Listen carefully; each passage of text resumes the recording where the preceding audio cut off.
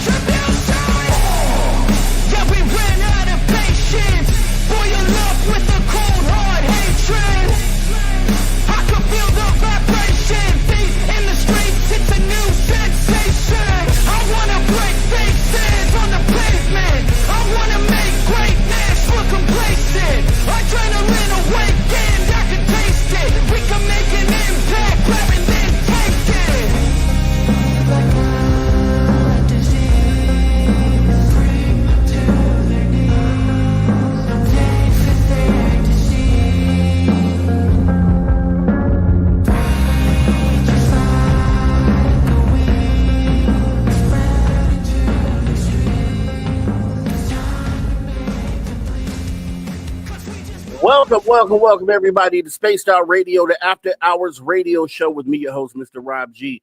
It's going to be a fantastic show tonight. We have UFO researcher and legend in the game, essentially, Steve Bassett, joining us. Been a long time coming. Can't wait to get into this show, guys. Let me see who has come on in. Got the gold positions here tonight. Looks like we have Kitty Catty Whack with the gold.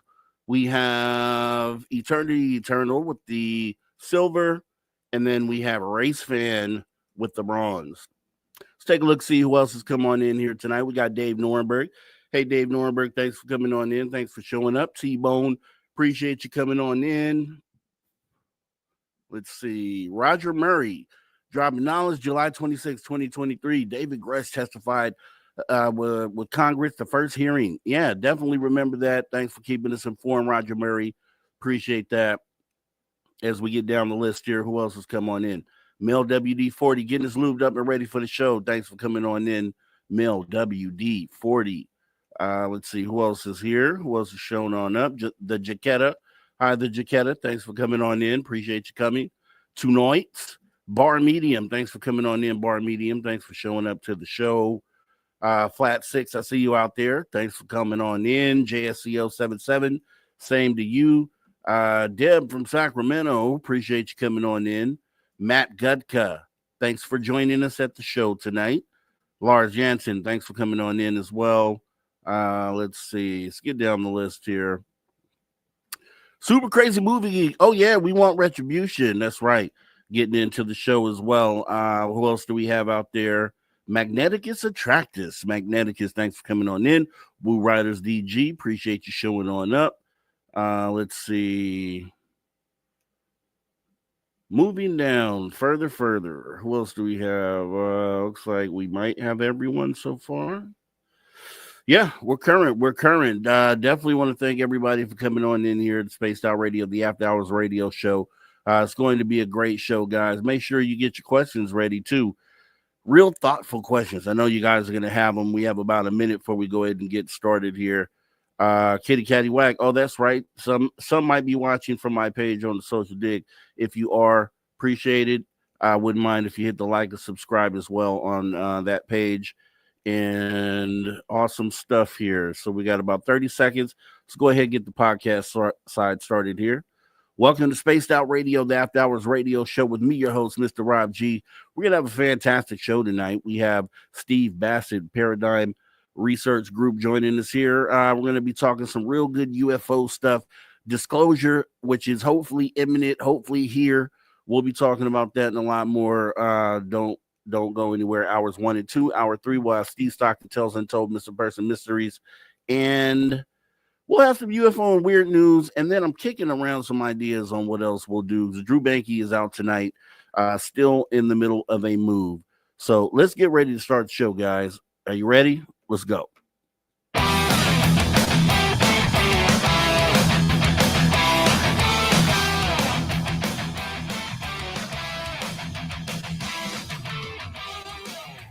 Greetings, space travelers. Welcome home. You've just tuned your dial to Spaced Out Radio, the only place where you can own the night. I am your host, Mr. Rob G. And tonight, we're broadcasting on our terrestrial affiliates across North America, plus digitally on digital platforms all around the world. Don't forget, you can access our archives absolutely free. YouTube.com/at Spaced Out Radio. And while you're there, please consider hitting that subscribe button. Also, don't forget to follow us on X and Instagram at Spaced Out Radio and at Spaced Out Radio Show. Our website is spacedoutradio.com, where the options are endless. You can stay up to date with SOR Newswire. You can get yourself some official Spaced Out swag. Plus, you can rock out to the man. You hear it right there. It's the Ron Bummerfithall and oh so much more.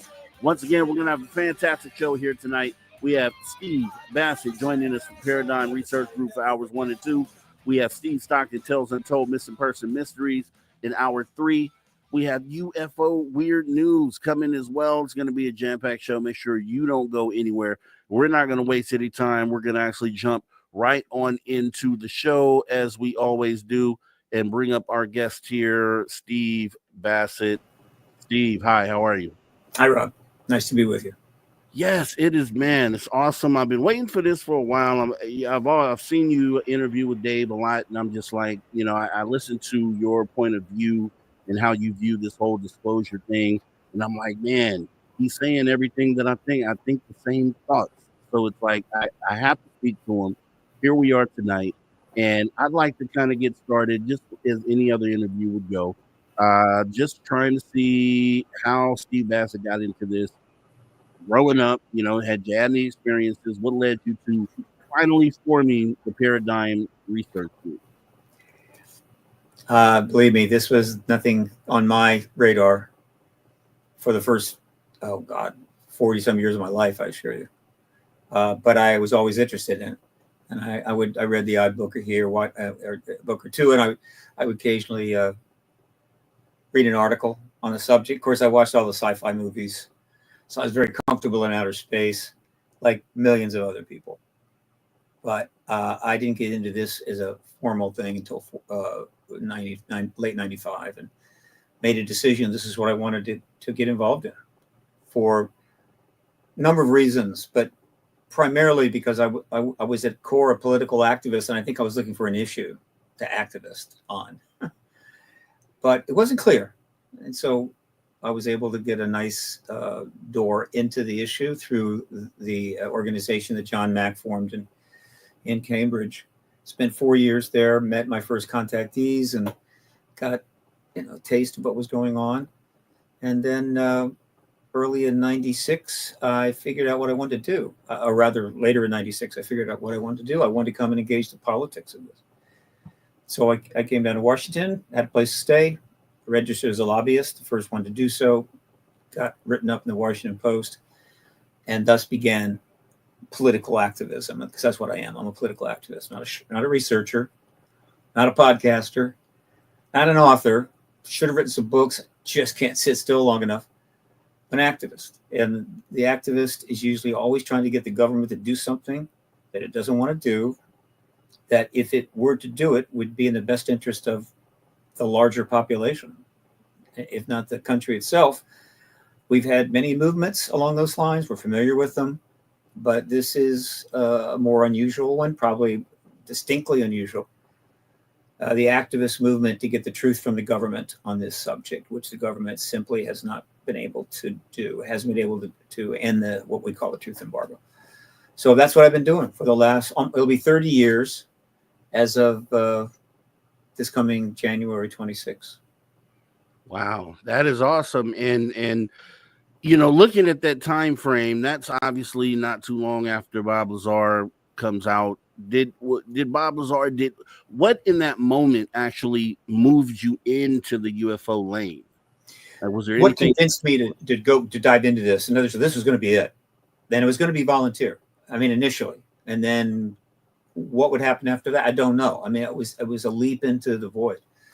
But once I realized I was going to be an activist, once I realized that the issue was developing, I was figuring I could raise funds. It was donations funds. I made a decision not to monetize what I was doing. I wasn't going to charge subscriptions. I wasn't going to sell merch. None of that. I was going to make it as pure an activist movement as possible. And again, it was reading up on the subject, went to an event, but also I read John Mack's book, Abduction, and that was the milestone for me. And so it's that simple. I just plunged in, not knowing what was going to happen. And what happened was that it became, as I'd hoped, a full-fledged personal passion and purpose. As I got into the issue, every year that went by, I became more aware how important it was, until I realized it was galactically important, maybe the most important issue in the world. And so it was very difficult to stay with it. And I intend to stay with it until the very end, and hopefully see us achieve the prize of this movement, which is really, intense activism is maybe 20, 25 years, but the movement really goes back to the beginning in 1940s. And so it's approaching its 80th year. We get the truth from the government, which I've come to call disclosure, capital D, a formal confirmation event from head of state. And that event triggers an untold list of things that will change the world forever. So that's pretty much that basic. Okay, it's not complicated. I've never had a sighting. I've never had contact. I know plenty of people that have. I know contactees, but it was not my fate to have such an experience. And I think it was for the best, because it kept me grounded. It allowed me to kind of approach things without an emotional bias. Not that there's anything wrong with that, but I think it's worked out okay. Yeah, wow. I was totally unaware that you had actually no sighting. So the passion that you have just says even more that you've stuck with it this long, knowing that there's something there. You coined the term truth embargo. Could you explain to everyone here I'm sure knows, but could you explain to others that may be coming in for the first time, what is truth embargo? Yeah, it's one of my personal contributions. I know something about activism. Activists are my heroes. If you're going to say, who are your heroes? It's the really righteous and successful activists. Sometimes they end badly. It can be dangerous. I don't think in this case, but one of the problems this issue had as we get into around 1990 and forward, when it really starts to become political and can become political. Prior to that, it was pretty much citizen research, endless research by citizens of every type, piling up evidence and documents and sightings and accountings and everything else to the roof, to the moon, which was great. But it wasn't going to get the truth from the government. Activism was going to be required there. And so the activist movement gets underway. One of the things that was obvious to me right away is that successful activism requires the right language. You're communicating with the people. They have to have a clear understanding of what is needed. They need to have an understanding of why they're going to invest time or effort or support or money or anything into this. And the wrong language can really hold that back. And there was a number of examples of bad language or absent language, which became apparent to me because, again, I came in as an activist. I was a researcher. I wasn't looking at the research protocols and criticizing them. Well, you the way you studied that particular event, you didn't have the right angle. No, I could care less about that. But there were several pieces of language that had to be changed. One was UFO. UFO was already corrupted, demeaned, and stigmatized term that attached. It was like a tar baby. The moment you use that phrase, you're stuck. You can't get out. Okay, you can't get away from it, or trapped. Like a rat trap. And the government had done that. They had successfully accomplished that. They had destroyed and demeaned that term, but that was the term that everybody had. That's what they used. And so the very use of the term UFO in the research of the literature and conversations, websites, anything else, just was like, it's like getting a punchback. It's like going forward and getting pushback. So it needed change. And so it's not right away, but eventually I started promoting the idea of UAP. I wasn't the only one, but we needed, flying saucer wasn't going to do it. It was two words, too many syllables. And also they were going to stigmatize that too. And it had already been somewhat stigmatized, frankly. And so that wasn't it. And so UAP, unidentified aerial phenomena, exactly the same thing, except not stigmatized, did not have the history. So we worked on that. The other problem they had was UFO cover-up. So that was a problem because, first of all, it starts with UFO. So right away, you got a problem. Yeah. And then it's cover-up. It's a conspiracy. It's a cover-up. One of the millions of conspiracies that everybody has embraced and invested a lot of time in trying to solve, or at least being mad about. Problem. It wasn't a conspiracy. Aspects of it kind of had that quality, but the fact that the government's policy to not confirm this truth was a national security policy, fully grounded in the national security structure and backed up by legislation. So it wasn't a conspiracy. It was just a policy. It's not a conspiracy that we have submarines out there with nuclear weapons and they're not going to tell you where they are. And they're out there, or they could do some serious damage if they wanted to. So big problem, because if you're calling it a cover-up, you're essentially lugging it in with all the other conspiracies that people hate and don't like and are criminal. And so you're criminalizing the people in government that are carrying out this policy. And so if you're constantly reminding they're criminals, they're not exactly going to like you or be particularly interested in helping you out, or just irritates them. And so I said, no, you got to call it what it is. It is an embargo. It is a truth embargo. There's other terms you could have used, but I like that one. Truth embargo. I use the analogy of Cuba. You can't go to Cuba. It's embargo. Is it illegal that they embargo it? No, right? And it's that simple. So truth embargo. Now, the truth, it's not any truth. It is the truth. The truth in question, of course, is the fact that we have technologically advanced non-human presence, which I get it. It's extraterrestrial presence as far as I'm concerned. I have very little doubt that I will be proven right on that. But I want to be helpful. There are people that are a little more comfortable. But there's so many syllables and words here. Anyway, technologically advanced non-human presence. That is the term, that is the truth that is referred to in truth embargo. But there was another problem, and it was the absence of language. In other words, if you're going to invest decades in doing research, if you're going to work for MUFON and go out and research 20 or 30 or 40 or 500 sighting events or UFO sighting events, if you're going to write papers, to what end? Well, essentially, prior to the activist movement, it was to get the truth. Okay, great. If it's to get the truth for yourself, that you would know, I figured it out. It's like a scientist that figures out a very significant scientific discovery for the scientist's personal desire. Doesn't want to share it with anybody. Doesn't care if anybody even knows about it. I just want to prove that now I know, and I do something else. But no, the people that did this knew that by gathering this truth together, it would lead to the government finally saying, that's actually what you say it is, and then cool things would happen. Okay, fine. But that's not the way activism works.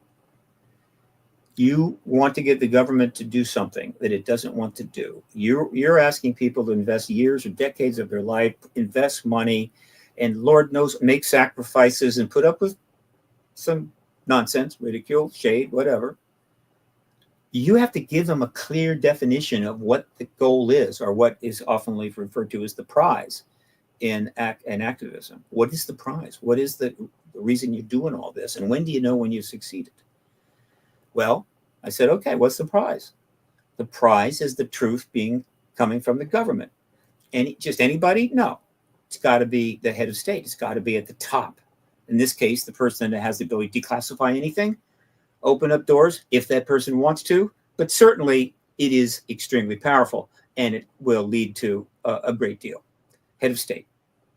And what is the truth? How do you define that truth? What is it going to be? Is it going to be elaborate, complicated, multi-layered? No, it's very simple.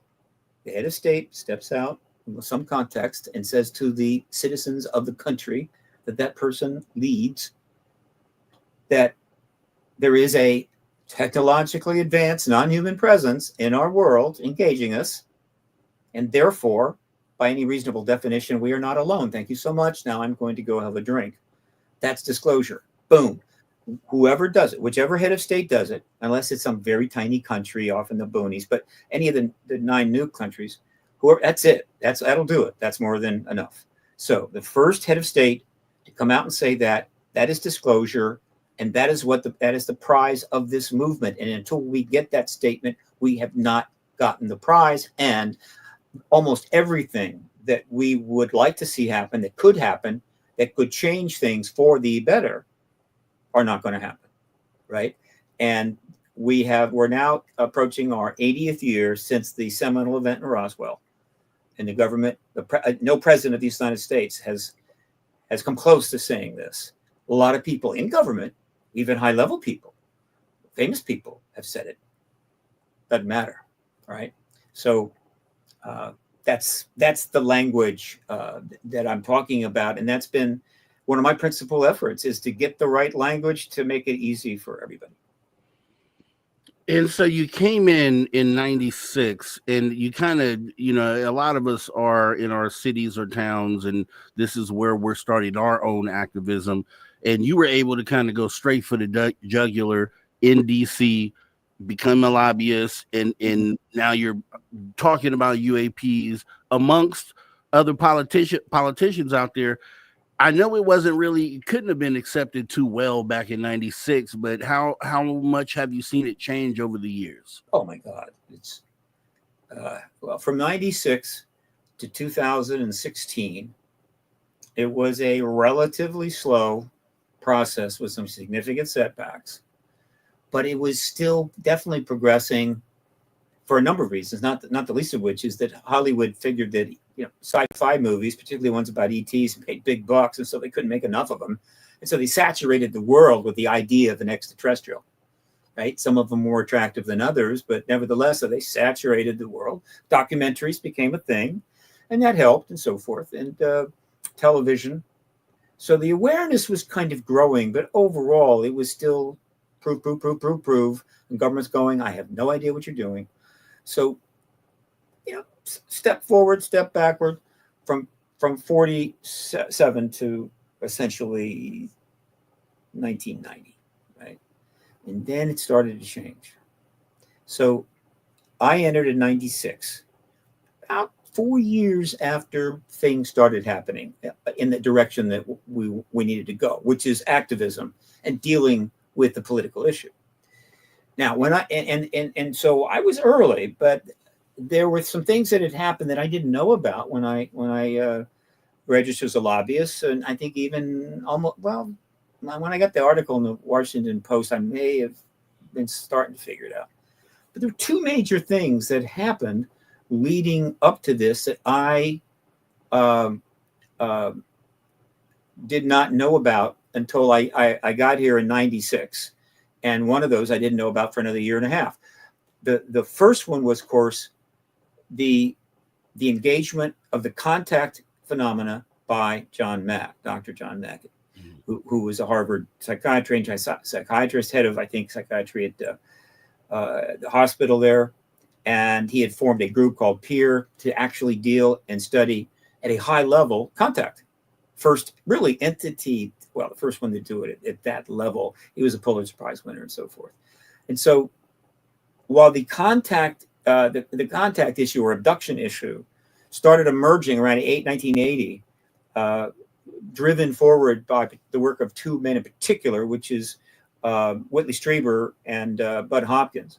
And it was getting out there and was getting around, but it wasn't at the level of the basic UAP phenomena, which had been studied to death, including Project Blue Book and tens of thousands of sightings. And it was a much more complex and difficult issue to approach, to say the least. But he did it.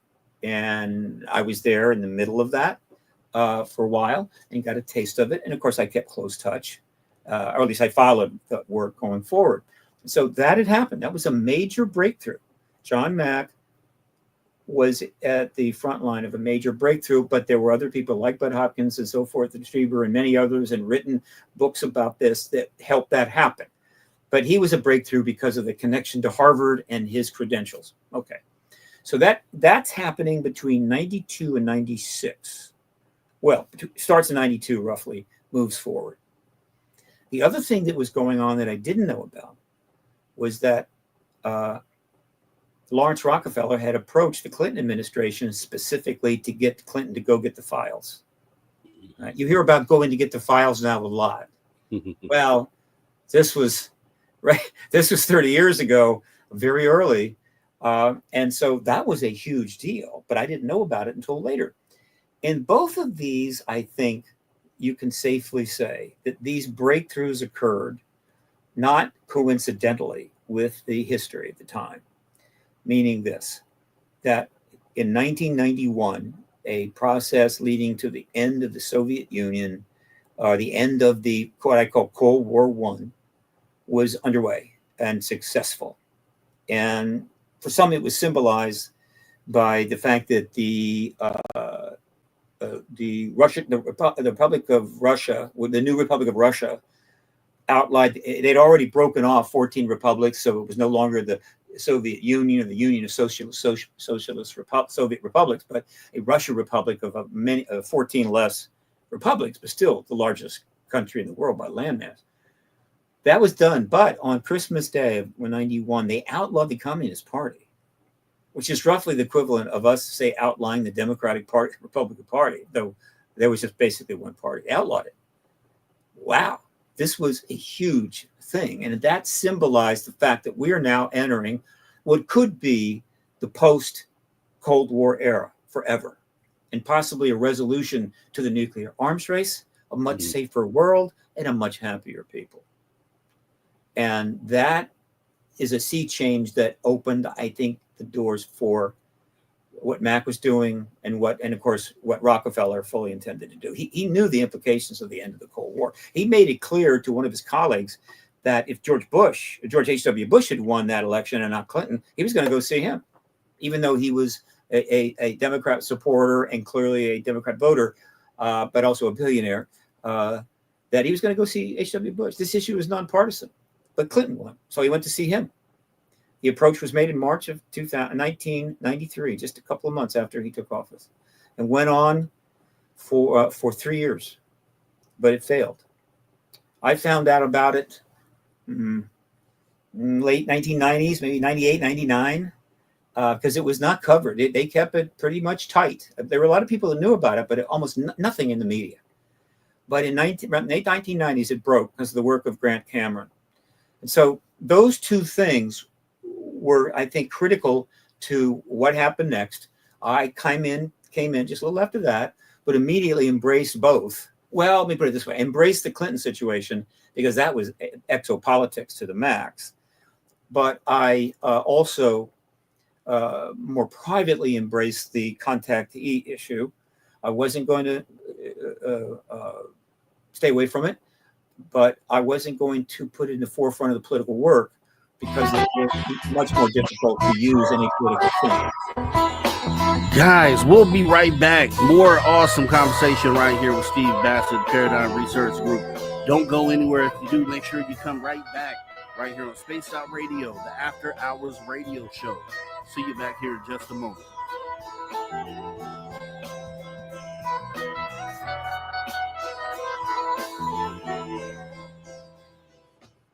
Actually, that's where you want it over there. All right, we're clear. And you have, we got 5 minutes here in case you need to do anything, fix anything. Okay, I'll do that. I'll get a drink. Okay, I'll take you off real quick as I say hello to others that have come into the show. Paramarv, I see you coming on in a little late. That's okay. Let me see who else is in here. We have Eve. Eve, thank you for coming on in. Thank you for showing up here. Terrence Wills, appreciate you coming on in here tonight. Magneticus, posting the Discord. That's what's up. Appreciate you, sir. Jose Sanchez, thanks for coming on in. Drip Drop Disclosure. Let's see. Yes, Zora, I see your message here. We'll ask that at the end of hour 2.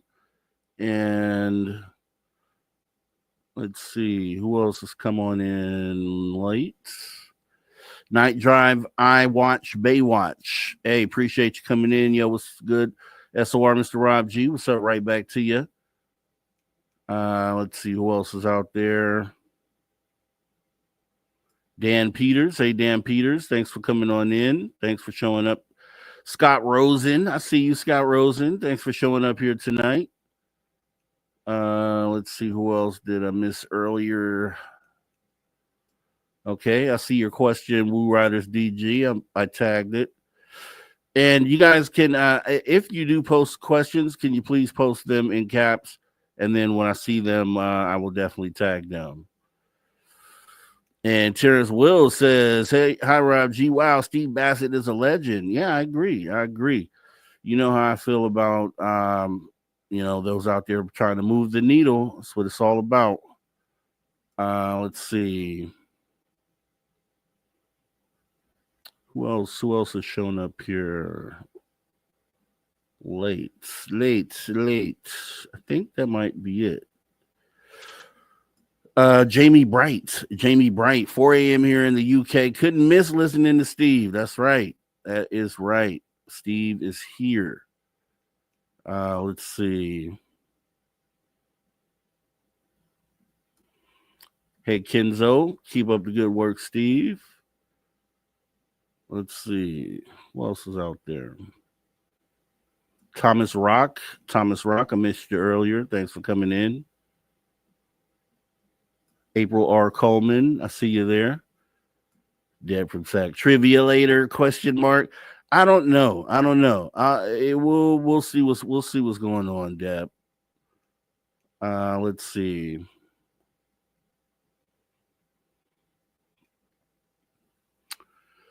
Okay, I think that is it. But yeah, just post the questions in caps, guys. That way I'll be able to see them as to bring our guests back on stage here. There we go. Okay.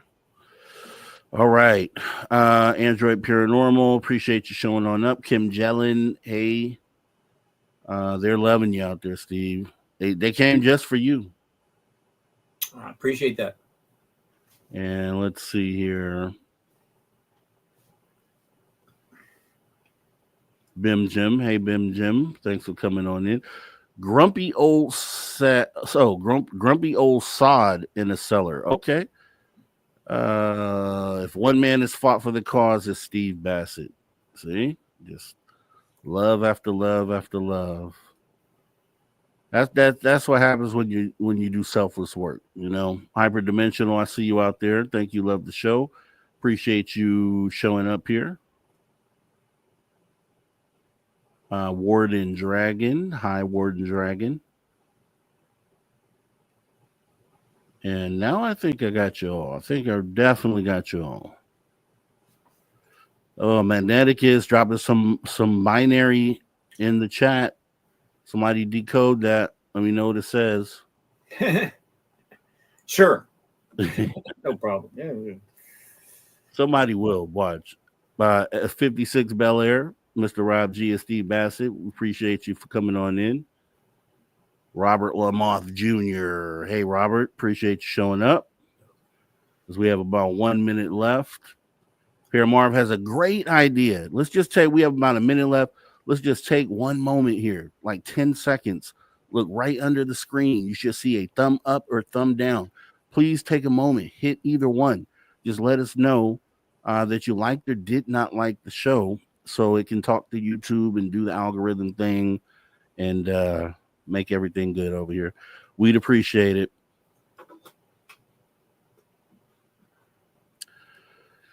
Magneticus, I know what it says. I don't have time to decode that right now, Magneticus. You know I would. Because we have about 15 seconds left here. Kim Jellin says, I choose like. Appreciate you.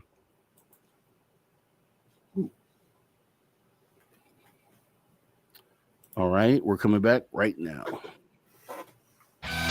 All right, everybody, welcome back. Spaced Out Radio, the After Hours radio show. We have in the building Steve Bassett, exopolitical activist and founder of the Paradigm Research Group. We are going to have a great time talking to Steve. Make sure that if you miss any of the conversation, you jump in the archives because they're free, absolutely free. YouTube.com/Spaced Out Radio as we get back into the show here. First question I had, Steve, was, okay, so going back, you were talking about when the USSR kind of dissolved. At that time, there was a release of UFO records from Russia. Famously, George Knapp went over there and was able to obtain some of those records. Yeah. How did that affect you at the time? Do you think that was a big moment just for ufology with Russia releasing UFO records? It was part of the research, and the fact that we were Stonehill has investigated Russia, Hesseman investigated Russia, so did George Knapp. But what we learned was there's a lot going on over there, like they are going on here, and that was important, right? But all of the research, there was a lot of research done. It was all important within the genre of research, and that's fine. But overall, we had this back and forth, 2 steps forward, 1 step back, into the wind from 47 to 2017, and then everything changed. So let's get to the present as quickly as we can. 2017, everything changed, and since then, and we're coming up on the 8th anniversary in 2 months of the New York Times article that basically launched this era.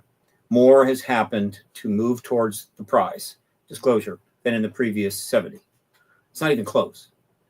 And so while it hasn't satisfied everyone, because they basically just want the truth, they want it now. But if you're involved in this issue, particularly politically, you can appreciate just how much has happened. It's an extraordinary amount has happened in a 7-year period. And frankly, it could have easily have happened in less time, meaning 3 or 4 years. However, this has been a rather interesting 7 years. It's not been a typical 7-year stretch in American history, at least the modern era. All right. And so there's been a great deal that has slowed down this rather powerful movement that has grown steadily since 2017. So, but I'm not complaining. It's still a short time. So what has happened? What has happened is the Congress has been brought fully into the issue, to the level it needs to be. Countless briefings have been held behind the scenes, and witnesses have been talked to by congressional staff and congressional members.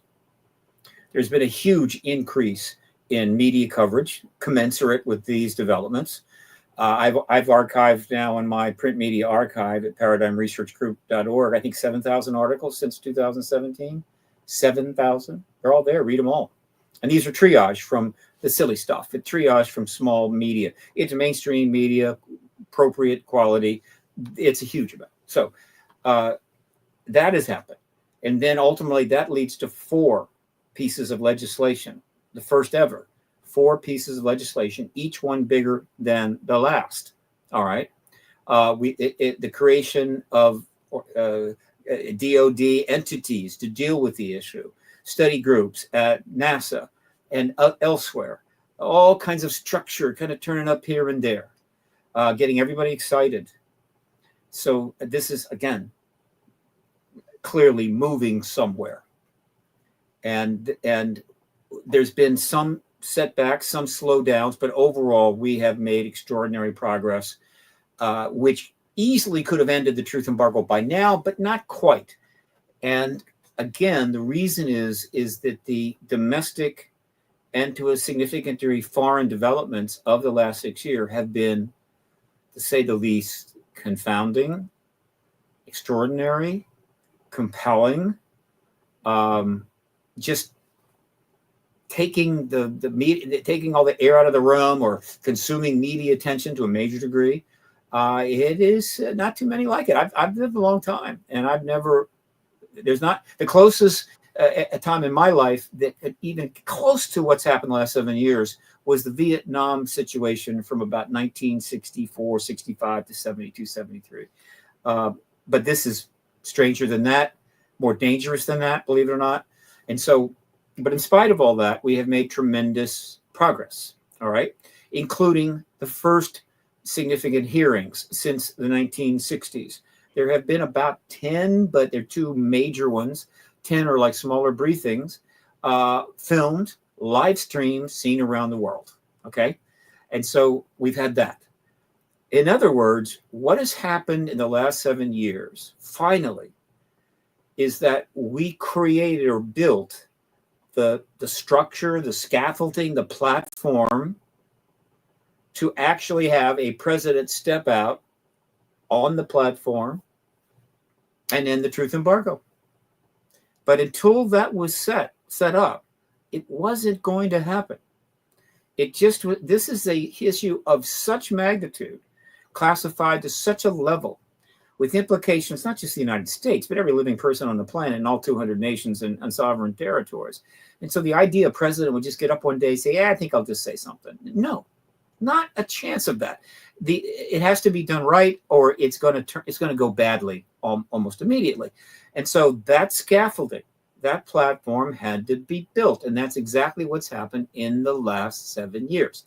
However, and this is where it gets to be a little confusing. Any reasonable person, and the government wanted this way.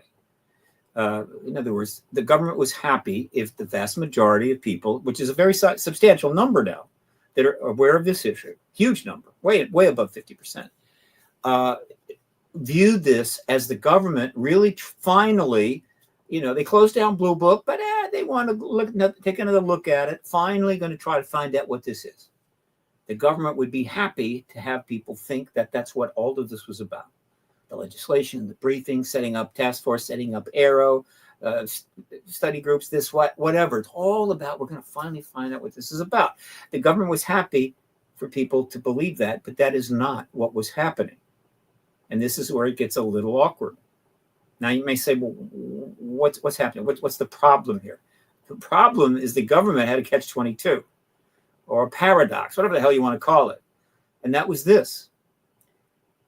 Those that cared about how this went down, and there are plenty of those working in our government across many agencies and departments, those that cared that this went well, understood that this structure, this scaffolding had to be built before a president could come out and finally say what the government has known since 47. Trust me, there are people in the highest levels of government, including every president, that to one degree or another was quite new that, yeah, this is non-human technological presence here. It's classified, and the public's not to know about it, but they know about it.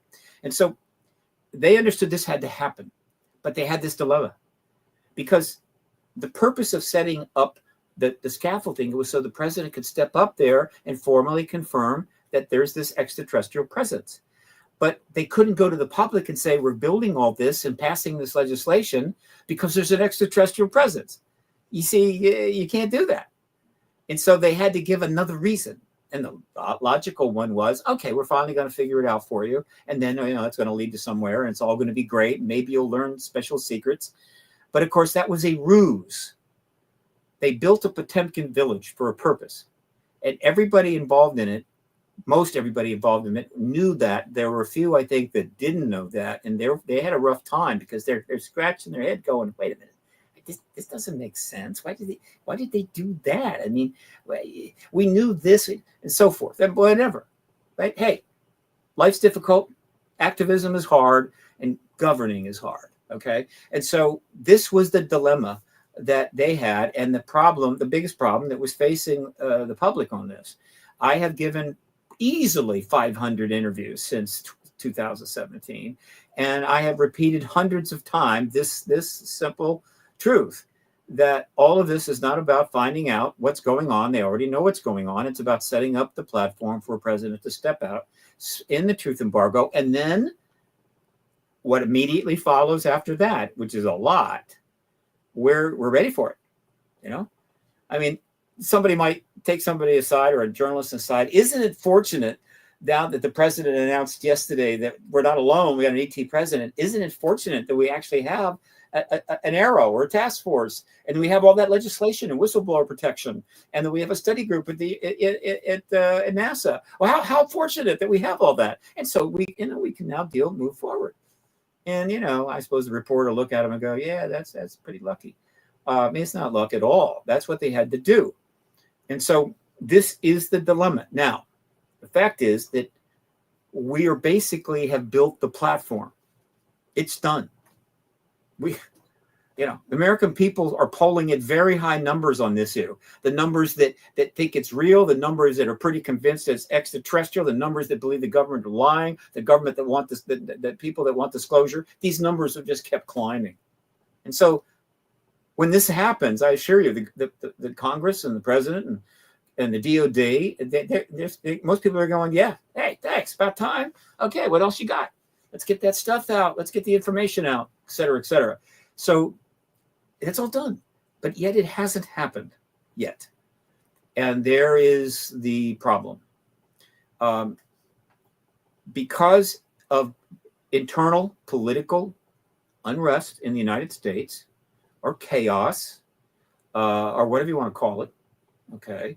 Because and also upset and clashing and so forth, and very partisan politics. Because of that, it has really made it much harder to get enough focus on this issue to get the job finally done. But we have gotten extraordinary developments in the Congress. We've had hearings, the legislation. We've had a number of members of Congress make it clear they want to get this truth out. There are several members that have said publicly that, yeah, what we're going to get out is we're going to tell you there's ETs here.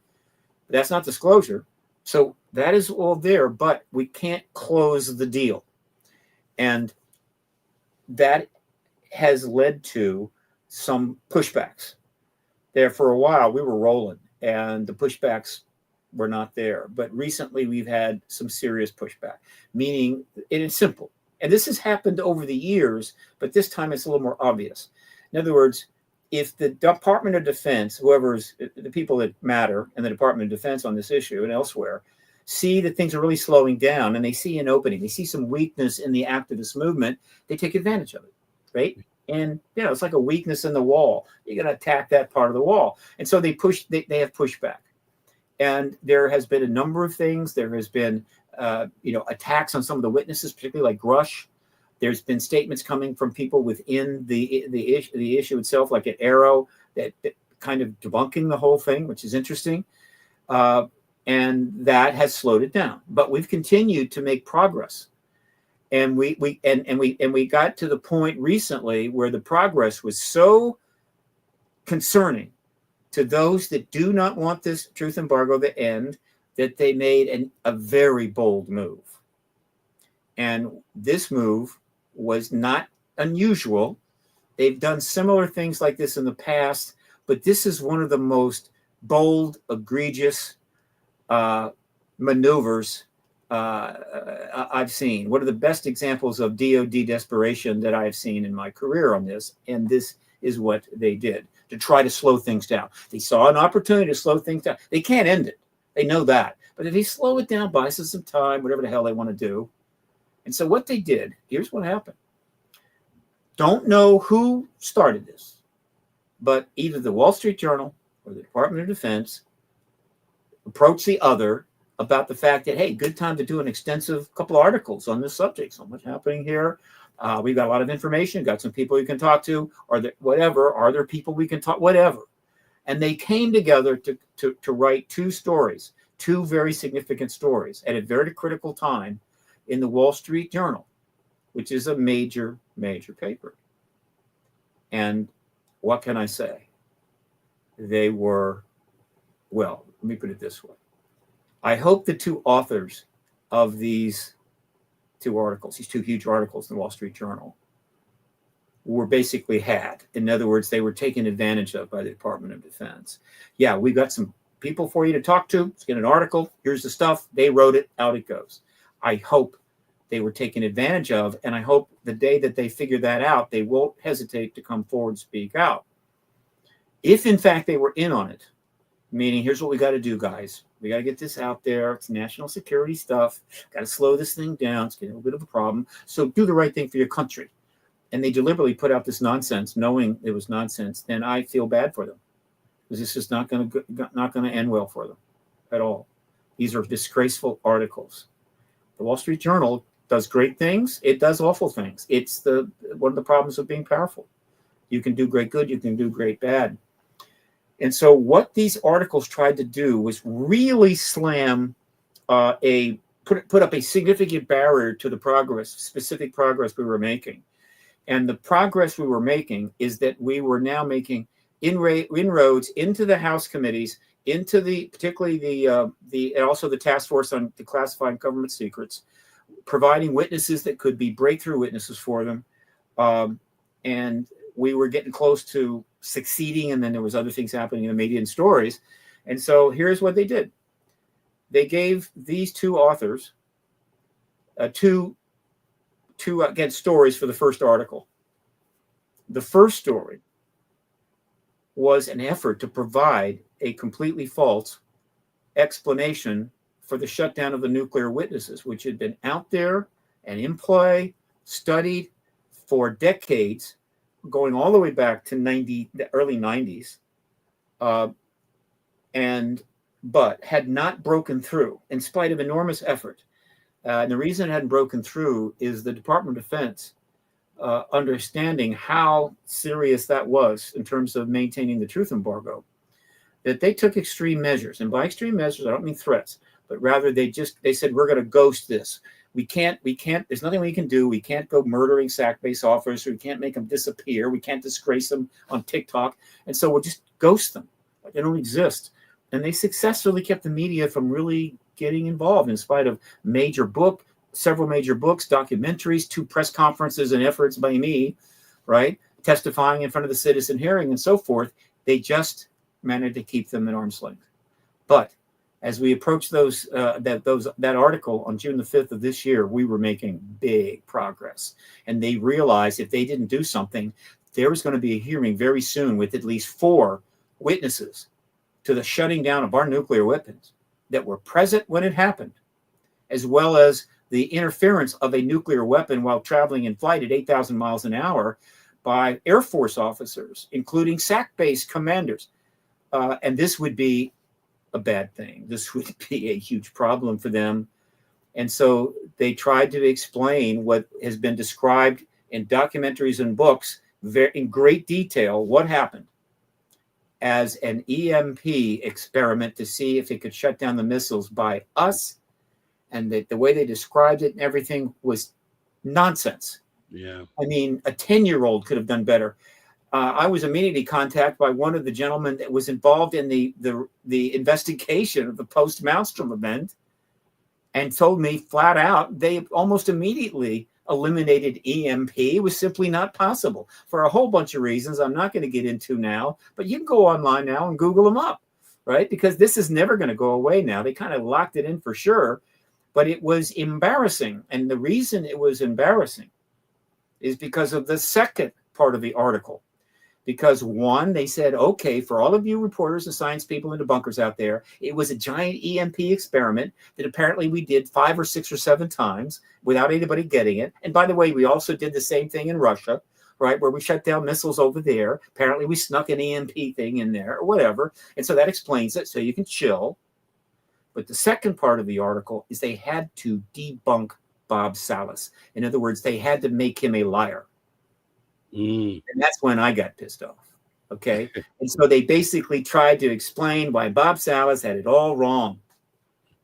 And that is the real disgrace. And they will answer for this. The Wall Street Journal will answer for that. The two authors will answer for that. And the DOD will answer for that. This man and his other fellow witnesses are national heroes. And what was done to them is a disgrace. And to the extent the American people want to rise up and raise hell about it, please do, to your members of Congress, to the DOD, whatever the hell. Okay? So that was their effort to slow it down. It immediately blew up in their face. First, Bob Salas wrote an excellent counter article, point by point, dismantling it, sent that to the Wall Street Journal to publish, and of course they refused to do it. But then other people, substantial people, the Debrief, and I'm pretty sure the Debrief wrote a counter article, as well as Kevin Wright wrote a counter article. I think Von Rennenkamp at the Hill wrote a counter article, all dissembling this damn thing. And then the internet just ripped it to pieces. But as you know, at the same time this is happening, very big other things are happening. And they knew that. They knew that there was a better chance of succeeding because of all the other stuff that was happening. And they also knew this, that when they can do a successful pushback, a couple of things happen right away. A lot of the papers that have been writing lots of articles take a break. I mean, the newspapers, they cover stuff. This issue has been covered to death. And it's a problem. And at some point, it's like, geez. And so they get an opportunity to kind of step back from it. They'll take it. And so the coverage just dropped way, way down because I watch it all. And it shows up in my archive. It covers it, drops it down. That's cool. I get it. So they get that benefit. And then it's a message to all the debunkers and the skeptics, God bless them, who mostly hang out now on X and social media, mostly X. But some of them do write the article. They can come out and play. Hey, yeah, we just gave you an opening here. Yeah, we just debunked the whole nuclear shutdown thing. We've called Bob Salas a liar, basically all the other witnesses a liar. So come on in, give them a couple of shots, maybe a few below the belt. And that helps them a little bit. But they did this stuff 20, 30, 40, 60 years ago. Mm-hmm. But this is the age of the internet. This is the age of hundreds of millions of people with cameras that can film stuff in the air, thousands of podcasts that can interview everybody all the time. It doesn't work anymore. And so all this did was embarrass the Wall Street Journal, embarrass the Pentagon, about a little bit of time, and only make us more pissed off. And so that is kind of what took place recently. But guess what? Here's what else is happening, because they're not going to win. The DOD will yield on this. They have to. And if they do it right, we will be kind. But if they go too far, we're not going to be kind. But there are a lot of other things going on. So for now, they've got cover, whether it's in the Mideast, whether it's in the South China Sea, whether it's in Afghanistan, the Indian border, and so forth. And of course, Ukraine. But here's where we are. The third hearing, which has been put off a number of times for the various reasons that I've mentioned, looks very promising for September, which is after the recess, which goes through the entire month of August. And so Burleson has indicated he wants to have a hearing. He's indicated he wants firsthand witnesses. They've talked about a few that they're looking at. Luna has also indicated she wants a hearing, but she's not focused on that. Luna now is devoting her time to very significant matters, which is the JFK hearings, JFK documents, the RFK documents, and the Epstein documents. That is a full-time job. And so she essentially assigned the UAP portfolio over to Congressman Eric Burleson, a really, really authentic, good guy, nice guy who's been following this. He's on a learning curve because he didn't have much knowledge about it, but he's doing his righteous best. And so now he's the one, I think, calling the shots on the hearing and so forth. Let me stop you right there, Steve. Let me stop you right there on the Eric Burleson piece. So I have something that I want to play. We're actually running into the break right now, but we'll pick back up with the Eric Burleson conversation because it seems like, along with the Wall Street Journal articles, there is also maybe part of the same thing, but there's a misinformation campaign going on, I think, as well. And I want to talk to you about that as we come back from break, guys. Right here, don't go anywhere. Conversations that move the needle. Conversations that move the needle. You're listening to After Hours with Mr. Rob G on the only place where you can own the night. Spaced Out Radio. Spaced Out Radio. You've tuned your dial to the right frequency. All right, guys. See you right after the break.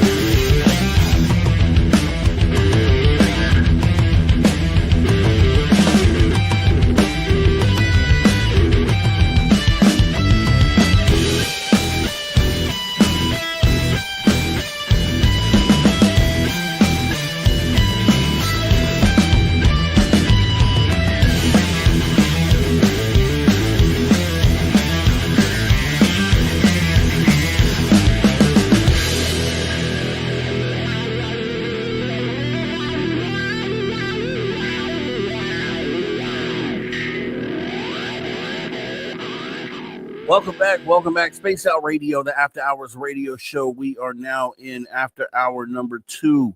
and we are bringing our guest right back in, Steve Bassett here, guys. This is the time, the hour where we will ask questions, and I do have a lot of them so far.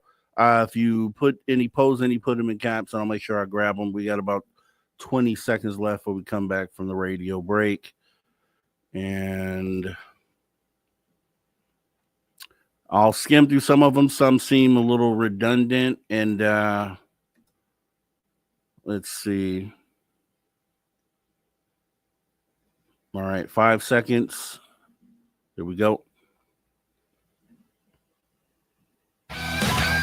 All right, everybody, welcome back. Space Out Radio, the After Hours radio show, After Hour number 2, with me, your host, Mr. Rob G. We have our guest back in the building, Steve Bassett, who is an exopolitical activist, trying to get disclosure, trying to bring disclosure. Hopefully it comes soon. We'll be talking about that and a lot more this hour. Make sure you don't go anywhere. If you miss any of the conversation, archive for free, youtube.com/Spaced Out Radio. Jumping right back into the convo. So, Steve, right before the break, you were actually talking about Representative Burleson and how he's kind of new to this. If you wanted to go ahead and finish that thought, because I actually wanted to bring something up in regards to a statement that he recently made. Well, hold on. You were muted. Okay, go ahead. Okay, the larger point I was making was this, that a year ago, I had the opportunity to meet with Representative Congresswoman Mace, and when she interviewed Bob Salas, the key nuclear shutdown witness, but not the only one, right? But the one who's been leading the effort to get his comrades, fellow officers, in front of a hearing under oath. So that happened. And the information regarding these witnesses has been provided to all of the offices of the subcommittee, as well as the entire Senate Intel Committee. But recently, I had the privilege of meeting with Congressman Burleson, and he has now been provided all the information needed to consider these witnesses. Their witness statements, affidavits, video of them testifying at the citizen hearing, video of their press conference at the National Press Club, some articles, and so forth. And a hard copy and the link to the audio copy of UFOs and Nukes, Robert Hastings' massive research on this subject, which is basically a case closed situation, where he interviewed hundreds of people. Believe me, beyond the 4 witnesses that they've been introduced to now, there are dozens and dozens still alive that could come forward if things get to a certain place.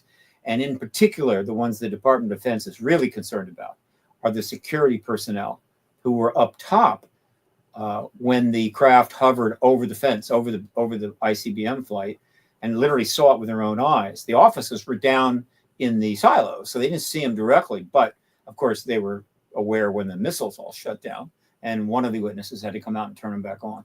And it's possible some of these security personnel who are a little bit younger than the officers, and probably a little few more of them alive, could show up too. So this is now fully in play, and Congressman Burleson will make his decision. Also, they're more than willing to speak at a SCIF, all of these gentlemen. They've been having some trouble getting other witnesses to speak, more firsthand types to speak in shifts or come into a SCIF, sensitive compartmented information facility, because there's some, this pushback, like the Wall Street Journal and other stuff, is still leaving them a little unsure as to if it's safe enough. And so they're not comfortable enough. I think it is safe, but I get that. But there are people that will do this. And so we can have that hearing. There's no question.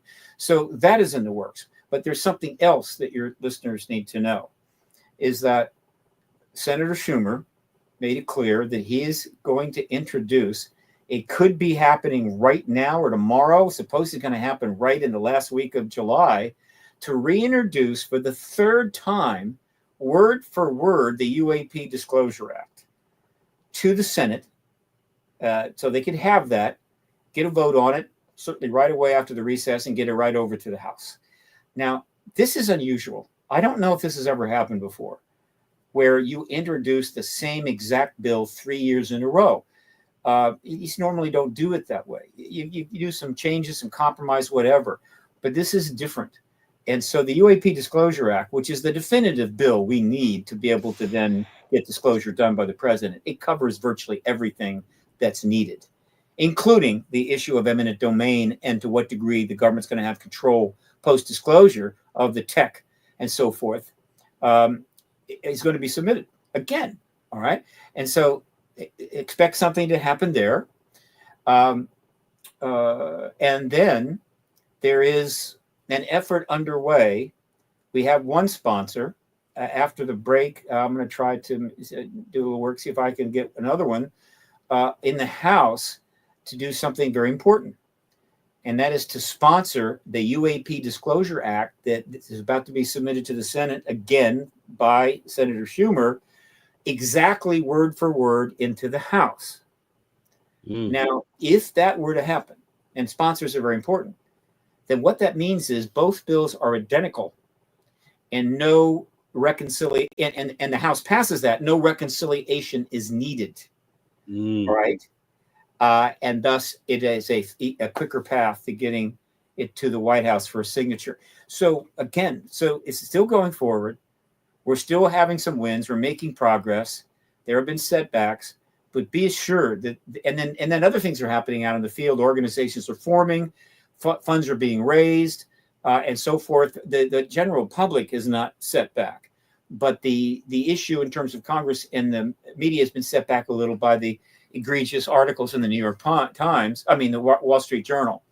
And so that's where we are right now, Gary. So fire up your video. Okay. And I want to, prefacing the video, how did you, just a quick answer, how did you feel about Ross Coulthard's recent statement about Tic Tacs being Lockheed Martin? Ross Coulthard, he's got access to a whole lot of people, a whole lot of insiders. And he's a serious journalist. I think he's the lead journalist in the world on this issue right now. But there's some others, but he's got some major wins there. So I can't dismiss it. I struggle with it, but I can't dismiss it. Until we have much more information, I put a pin in that. We'll see where it goes. That little thing that hangs out from under, it's like a what do they call it? There's an arrow tube or something that you see on airplanes, but that thing there is an interesting red flag that makes you wonder that if it's Lockheed, then of course Lockheed one day is going to have to answer, what the hell are they doing flying a fleet of those out near one of our aircraft carriers on maneuvers? Was that authorized by the government, or has Lockheed lost its friggin' mind? But we'll see. Again, does that mean that there's non-human technology? No, it just confirms what we also believe is true, that the amount of progress we have made with that technology has been extraordinary, and that progress is not available to the rest of the human race, which needs all of the help it can get. And so it's becoming an increased problem for the defense contractors who are digging a deeper and deeper hole for themselves as they exploit, use, and hope to make money from this technology, but it ain't available to us. And we've got serious problems. So we'll see how that plays out. Okay, so here's my angle here. And I was basing it off of the Wall Street Journal article happened first. And then after that, we get Ross Coulthard going against everything he's ever said, essentially saying and doubling down on the fact that Tic Tac and Lockheed Martin, said it 3 times during a 1 hour show. So I thought about it, and then I thought back, and I was like, okay, I had actually done a show a month earlier, and I recalled Representative Burleson actually being the one to come out and talk about this. So I'm going to play the sound clip here is from the Tim Pool podcast, and here we go. But there was a really funny story about these Tic Tacs and drones and these sightings, and I was saying, it's probably U.S. military technology they're not disclosing. How insane would it be for the U.S. to be like, by the way, here's the latest weapon we've developed. It can fly and move through space and time. However, in the article, it said the sightings were 70 miles away from a naval research base for advanced aeronautics or whatever. And I was like, are we stupid? Come on. Like the U.S.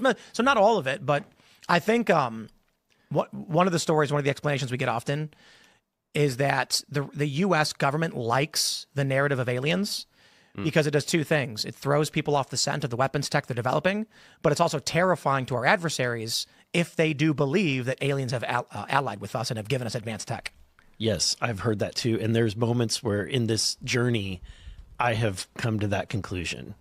But then there's also moments where, so for example, one individual, I've had two people come to me that say that the Tic Tac is a Lockheed Martin creation. The latest person that came to me says he has video of the first, second, and third iteration of the Tic Tac, and he's going to show me. So I'm trying to set that up. The way he describes it is that they had a prototype, they've made changes to it, they've made it more advanced, and then now it's in iteration number 3, which I did see a photo of, and it looks like pretty advanced military like craft, like a plane, but it's clearly human made. It's nothing that I've ever seen, our military has, but his claim is that they have discovered a propulsion that's a new type of propulsion. They used it in the first iteration, which was the Tic Tac. They have an intermediary one that they are more advanced with, and then now they're putting it inside of what looks conventional, so that it's not obvious. Disguise. Oh, that's interesting. So you're saying eventually the tech makes its way into things that we're already familiar with. Well, right. I thought you were explaining that if someone were to see it, they'd say it's a plane. Right. They would say that's a military plane. Okay, problem I have there is that obviously it's a month before Ross Coulthart makes a statement, so everybody who thought that he was the first one to say it, no, it actually came through Representative Burleson, and when Ross actually parroted the same statement, it made me feel like there's someone behind the scenes actively attempting to misinform, and maybe in the fact that Burleson didn't get this information through a skiff or any official channel. It seems like someone just pulled him aside in the hallway somewhere and showed him some images. And then he breaks that news on just a normal podcast, not at a press conference. And so it just makes me feel like maybe our reporters, and then also the Congress members that are locked into the UFO issue, are individually being targeted for this new angle that takes the steam out of them pushing for more UFO disclosure. What do you think about that? The reason the embargo has lasted as long as it has, right? It's coming up on 80 years. In spite of massive media coverage and research and everything else, is they've thrown everything at it. They've used all the tools. They have huge sums of money. They have massive classification schemes and so forth. And they've used all the tricks in the books. They can put out a false document. They can have somebody who's working with the government, who has substantial credentials, turn up and provide information to somebody, and their background is clearly they're real. And it's completely false, seeding false information. They can play these kinds of games. On the other hand, it's possible that somebody comes forward with the real information, maybe a whistleblower. But because the truth embargo is still in place, and the fundamental position of the government is there's nothing there at all, there's just nothing there, you can't resolve it. And so we go round and round in circles. And I get that. Okay. And they did, but we're getting better and better and better at, how would you say, not playing their game. So let's just parse that a little bit. Let's assume that is in fact our tech. It's noted that the radar picked these things doing some pretty significant maneuvers. The most profound was coming from 80,000 feet down to sea level like that. Okay. So what does that mean? It means, it's our tech, and we've got some unbelievable tech, incredible technology. Okay. And so point one, all right, again, we need that, right? We need that kind of technology. And by keeping it from us while we deal with a host of global problems that is resulting in wars and deprivation and pain and suffering and the deaths of millions of people, what's your justification for that? That's point one. Point two, what are you doing flaunting it? What are you out there flying around so you can be seen by our own radar, right? And you've got officers and so forth, people on those aircraft carriers or what have you, and the pilots, they don't know it's ours, and their lives are being turned upside down. You're screwing around with them. So even if it's ours, it's a disgrace. It's a major problem. All right. But does that mean because those Tic Tacs are ours that all the sightings have been of our craft? Nonsense. Of course not. We've got profound sightings going back to the 40s and the 50s. Do you think they had Tic Tacs in the 50s? So it's part of the game. And one of the jobs of the activists and people like myself and some of my colleagues is we just don't play their game. They can play that game. We're not going to play it. All right. So it may be a Tic Tac. It may be ours. It may not be. Doesn't matter. And by the way, if their intention was to, well, let me put it this way, whatever their intention was back in 1990, in 2004, when they were flying around the carrier group off the coast, whatever their intention was, it advanced this issue. I mean, it was kept pretty much off the grid for a while, but eventually exploded into the scene in 2017. It was helped drive those articles. And so they didn't help themselves by making themselves known and allowing themselves to be intercepted by planes off the carrier. And then, ironically, which helped drive the issue forward, right? And we're making great progress. Things got so advanced that they then had to turn around and say, yeah, it's ours, right? So let's just say that the truth embargo exists, but not strictly because the government has brilliantly handled this for the last 70 years. It hasn't. It's made unbelievable blunders. It's embarrassed itself, which means it's embarrassed the country. And so either way, not a problem, all right? It's not the only thing going on. I want to see what the government's explanation is for the hundreds and hundreds of videos of the plasma, quote, UAPs, right, which are not structured craft, but rather essentially balls of probably plasma of some kind.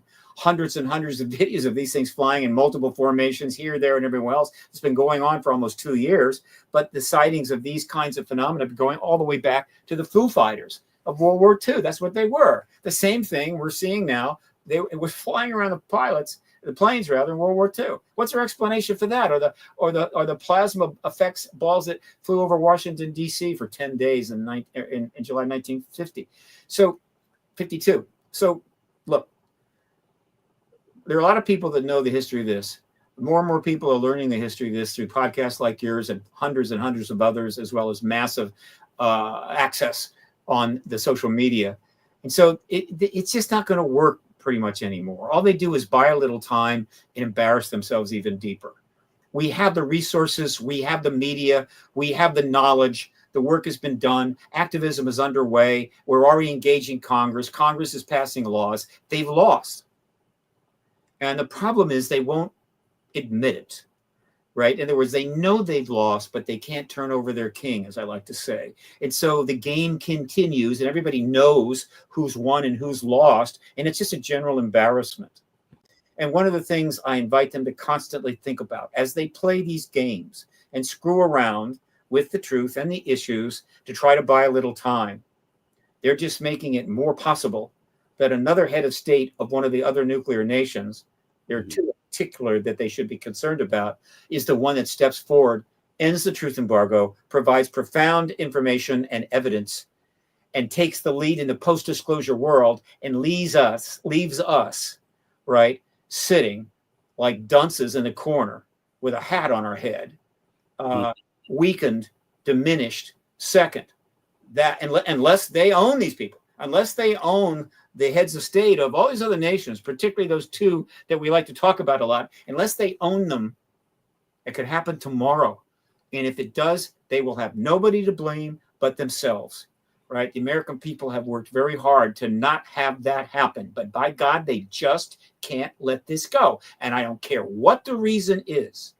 Whatever the reason is that they bring up in their private chats and dinners, I can't do it. It's going to be this, going to be that. History is not going to care. Yeah. They're just going to excoriate you.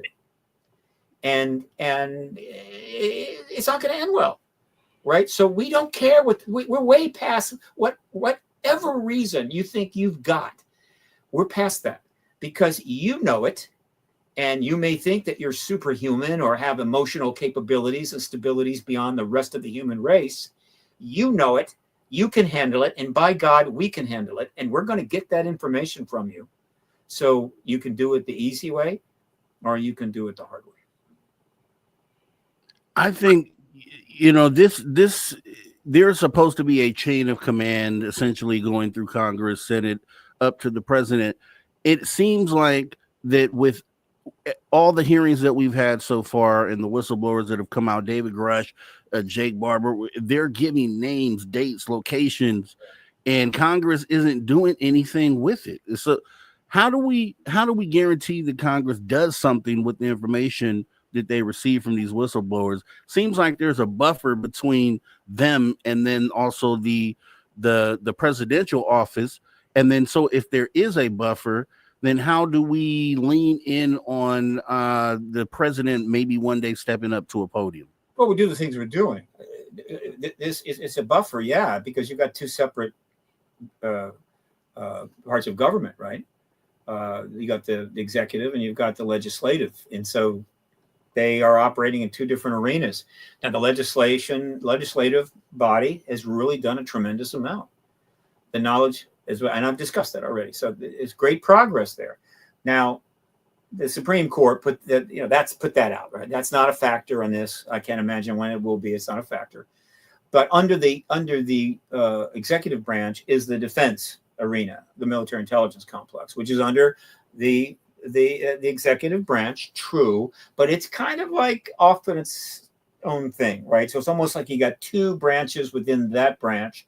And so you're dealing with three fundamental entities: the Congress, the White House, and the military intelligence complex. The White House has had very little direct engagement in this. It stayed out of it, right, with a few brief exceptions, certainly in a public arena and even what we know from the inside. So it's come down pretty much to the Congress and the Department of Defense and the military intelligence complex. The fact is, we've made great progress. We've got the Congress where it needs to be. The door is open to move forward at any time. We're going to see more progress. The media is on board, and so as I often say, this platform I refer to, this scaffolding, is essentially built. You could use a little paint, maybe a couple of a railing or two or something, but it's basically built. And so the truth is, regardless of what the Department of Defense happens to be muttering at this time, or what article turns up in the Wall Street Journal, the fact is the platform is built, and the president can step out anytime he wants, end the truth embargo, confirm the extraterrestrial presence, and we'll be fine. But that is a decision that only the president will make, and influencing the White House at that level is a different ballgame altogether. We have access to the Congress in many ways, and we've utilized that and we've engaged it. But access to the Oval Office, that's a different matter. Now, we do know that it's been raised. We know that his sons are interested in it. His son has a podcast. He interviewed Elizondo and Coulthard, and it's come up in other ways. And so it's not like it's not at least something there. But in case you've noticed, there's some other more compelling matters now that the White House is dealing with, both domestic and foreign. And so getting to the Oval Office, those kinds of things are much more inhibitive than dealing with the Congress, where you've got many Congress people you can deal with. And of course, they're not, the head of the military, the commander in chief. And so the problems that I mentioned that are going on that have slowed things down, they are particularly relevant to what the decisions the White House is going to make. All I can say, and I'll say it as often as necessary, is that the platform's built. And if the president walked out tomorrow and says, we're not alone, there's ETs here or non-human technological advanced entities here. We do have some vehicles, got bodies. There's some legislation that's going to help get that information to you. But I'm confirming it, and you're going to know more soon. If that happens, I assure you, it's going to go just fine. Awesome conversation so far, guys. We're going to be checking in and seeing maybe if Trump is going to be the disclosure president. Who knows? We'll hear from Steve Bassett right after the break on that and a lot more. Your questions are coming up here soon, right here on Spaced Out Radio, the After Hours Radio Show. See you back in 5.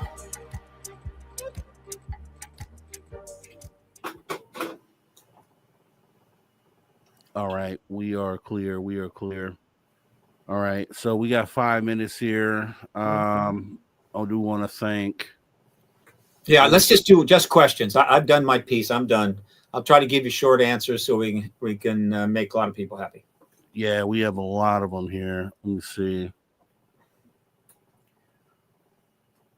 Yeah. 3, 4, 5. 6, I wish I could do that. 9, 10, 12, 13.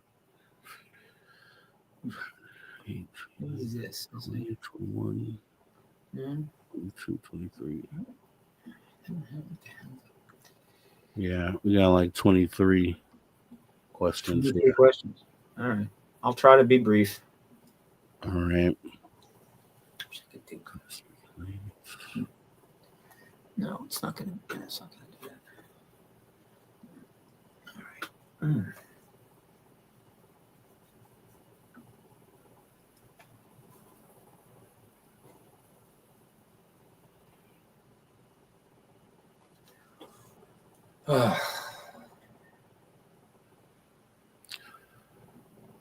C-Tech, I saw your super chat here. Ooh, I just lost it here. C-Tech, Steve preaches the truth. Much love to Mr. Rob G. Cheers to all. Thanks for your awesome support of Spaced Out Radio. And for some reason it didn't tag the other super chats, guys. I'll have to go back and find them.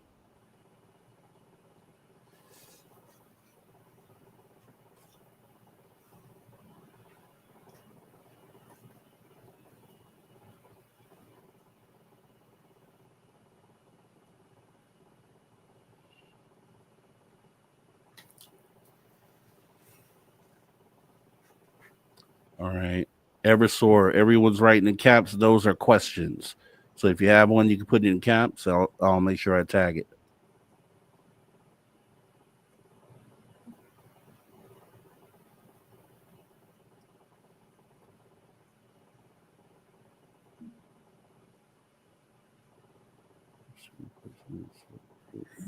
It's interesting. Yeah, let's do this. Yeah. Does it automatically adjust? Yeah, it automatically adjusts. I'll be reaching out to you, C-Tech. I'll send you an email here soon.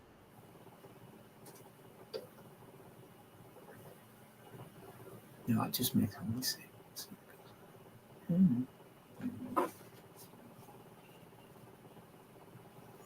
All right. About 2.5 minutes here. All right. I think I've had enough to drink. Oh.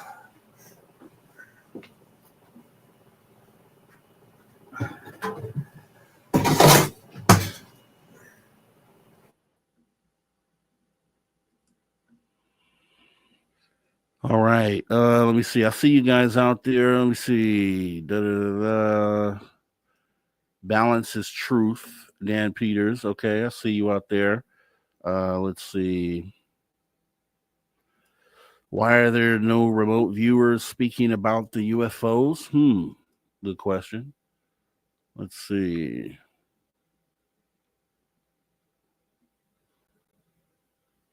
Just move back here.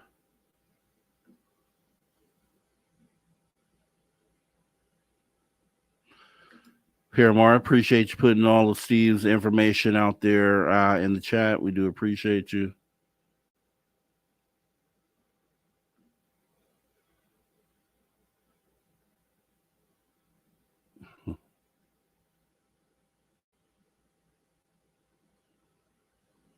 Marshmallows. Let me see.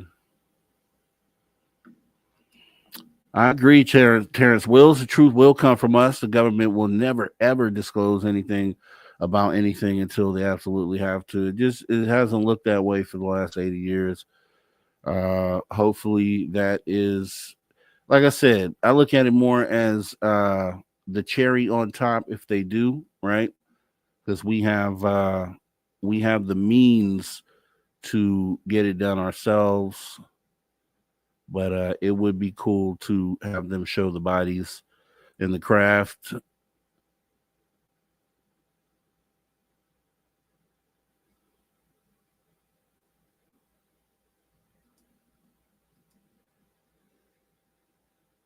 All right, I saw a couple questions.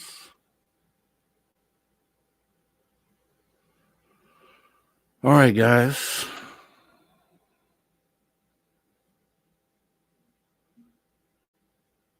Love for the movie SOR. Okay. All right, we got about 20 seconds left here, bringing our guests back in. Steve, okay, got that. 10 seconds here.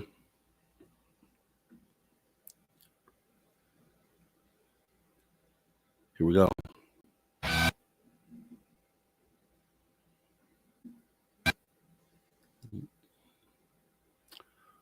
Right.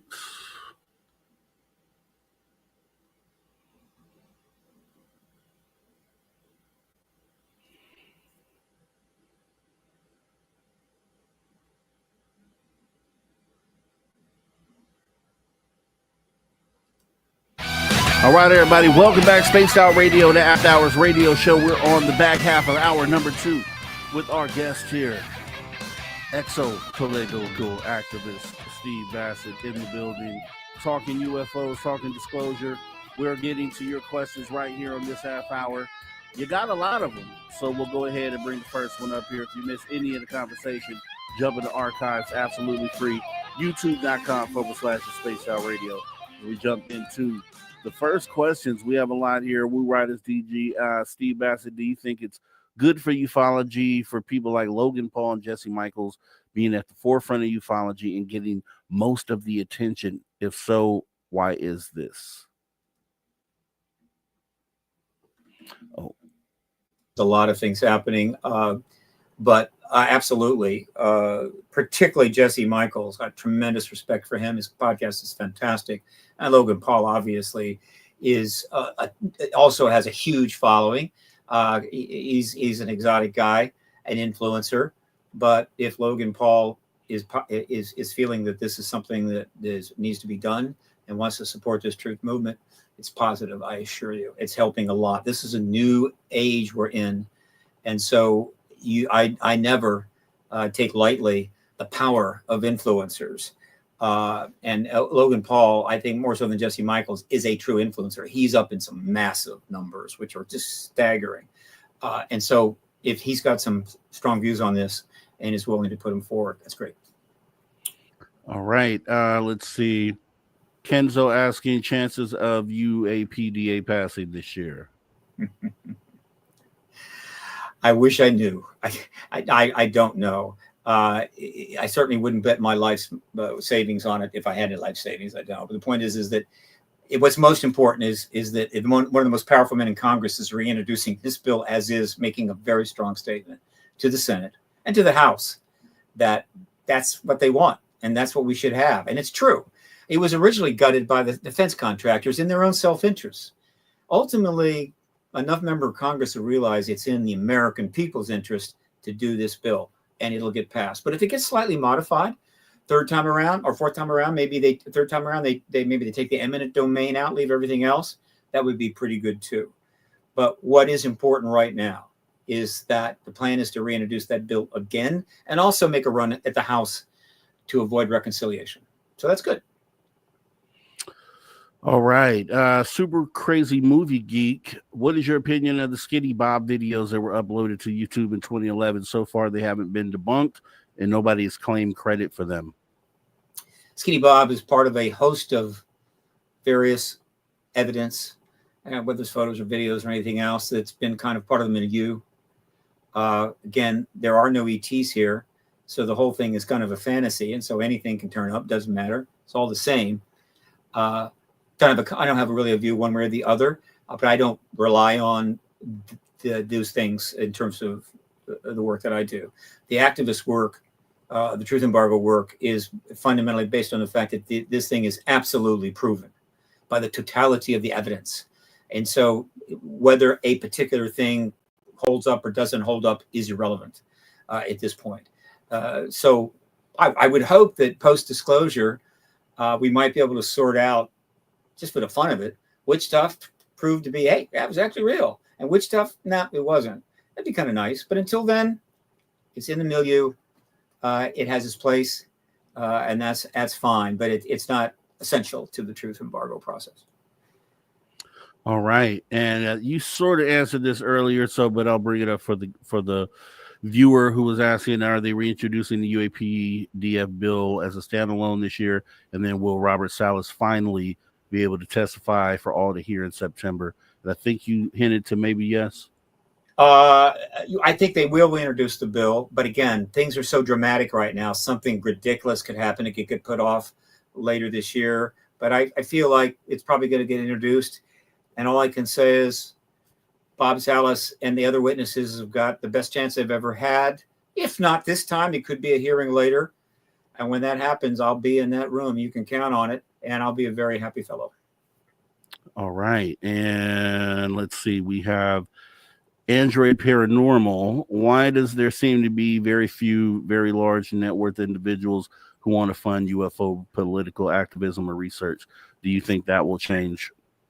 Well, it's sort of changing, but not fast enough. One of the reasons the truth embargo has lasted 80 years is the stigmatization was so effective, so persistent, as well as perhaps behind the scenes encouragement to stay away from it, that people with substantial assets that maybe give to other things, they couldn't touch it because it would be a problem for them. But they tried to do it anonymously, it could leak out. And so they're doing good work over here. They don't want to give money to this field and have it blow back in their face, even if they know that the ETs are here. And so the truth embargo has been very effective in keeping the money out, keeping the Congress out, keeping the big shots in Hollywood from going too far. That is the nature of stigmatization. That's what I call the UFO community, going all the way back to the early 50s, was basically a ghetto, an intellectual ghetto, where the walls are not made of bricks or mortar, they're made of ridicule.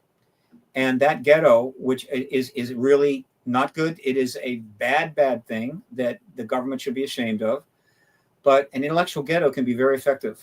And in our kind of country and the kind of government we have, you have to build them that way. You can't build them with bricks and mortars and stick people in them. We've done a little of that. It doesn't go well. But the intellectual ghetto, which is essentially a very successful propaganda operation by the U.S. government in service to national security, is the principal reason. I think that's changing. I recently converted Paradigm Research Group to a nonprofit, 501c3. Definitely looking for funding so I can hold an X conference next year, early next year. I don't need a lot of money, $25,000. And then I have other colleagues like Danny Sheehan and the New Paradigm Institute. They've raised hundreds of thousands. They want to raise millions. And there's other groups that are trying to raise money. And so if those individuals with the vast wealth, and we got a lot of them, were to decide, hey, this is a nonpartisan, wonderful, profound thing, we want to support it, big and small. I think they would reap a lot of satisfaction and do a lot of good. But the stigma is still there, and the Wall Street Journal confirms that. All right. And let's see, we have Paramar. Many folks in the UFO community are disaffected by the lack of confirmation by the government. Why should we care at this point if the government confirms what so many of us already know? The reason for the confirmation is not so everybody knows. Because again, the movement has educated huge numbers of people. The books, thousands of books are out there, tons of documentaries. If you want to know about it, you can go educate yourself. You could get PhDs in this subject. The reason we need the disclosure event is that political change, re-examining of policies, full access to the technology, at least peaceful aspects of it, that we can utilize to address the major problems we have, and the worldview change that will come from that. That's not going to happen until we get disclosure. So it's less about knowing and about allowing us, opening the doors that will allow us to go places we are locked out of right now. And we need, and this opens a lot of doors that could virtually change the situation both within the United States and worldwide in a short amount of time, because it will be a paradigm shift, unprecedented. And that's why we want it. All right. And let's see, we have Jose Sanchez. Mr. Bassett, if an intruder in the case of an ET were to approach a neighborhood, do you think the dogs would have the same reaction of barking in defensive posture, or would they actually calm down? ETs are pretty advanced and pretty clever. They can make the dogs go to sleep. They can make you see a polar bear instead of them.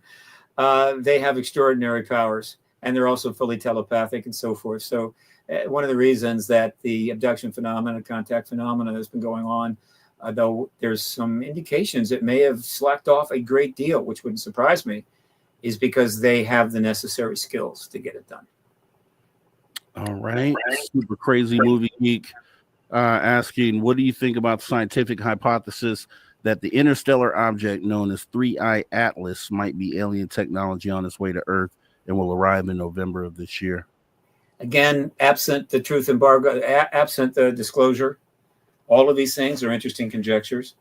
I've had very little confidence that that is in fact what it is, but given that the awareness and interest in extraterrestrial and so forth, and we're not alone, is it a place where it's going to get considered? So it could be, may not be, but I'm less interested in 31 Atlas than I am in the ETs that were shutting down our nuclear weapons. So that's an interesting area, but I can't have a judgment about it. Just don't know. All right. Jose Sanchez asking, what are your thoughts on the TR-3B Black Manta Triangle craft? Were they developed by humans, aliens, or both? Dan Sherman.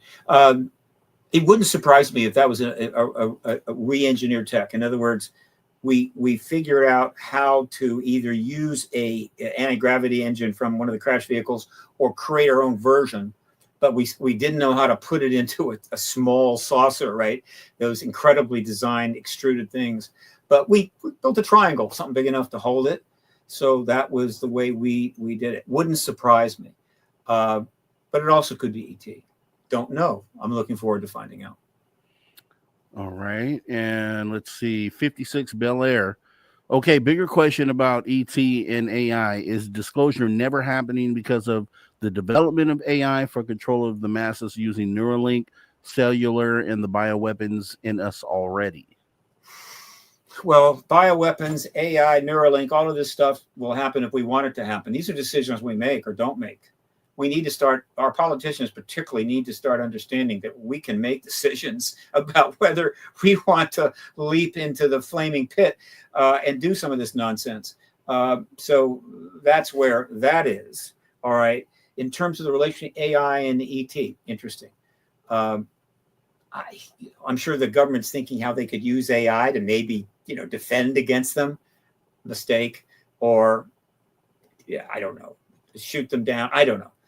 However, it is the case, and I'm speculating now. Clearly, I'm not an AI expert. Oh God, I'm anything but. Though I'm going to try to learn some. God knows, because if you don't use it, you're troglodyte. So all I can say is, if we're about to have open contact with non-human entities, maybe more than one type, and there's going to be an effort to maybe engage, integrate, or take advantage of tech that they have that could be very helpful to us. Given the fact that they're substantially more advanced than us, AI, particularly highly developed AI, could be critical in being able to communicate and take advantage of this. Because it's not like they're going to say, okay, here's some great tech. Now we're going to put 500,000 of us down there to work it for you. No, you got to understand it.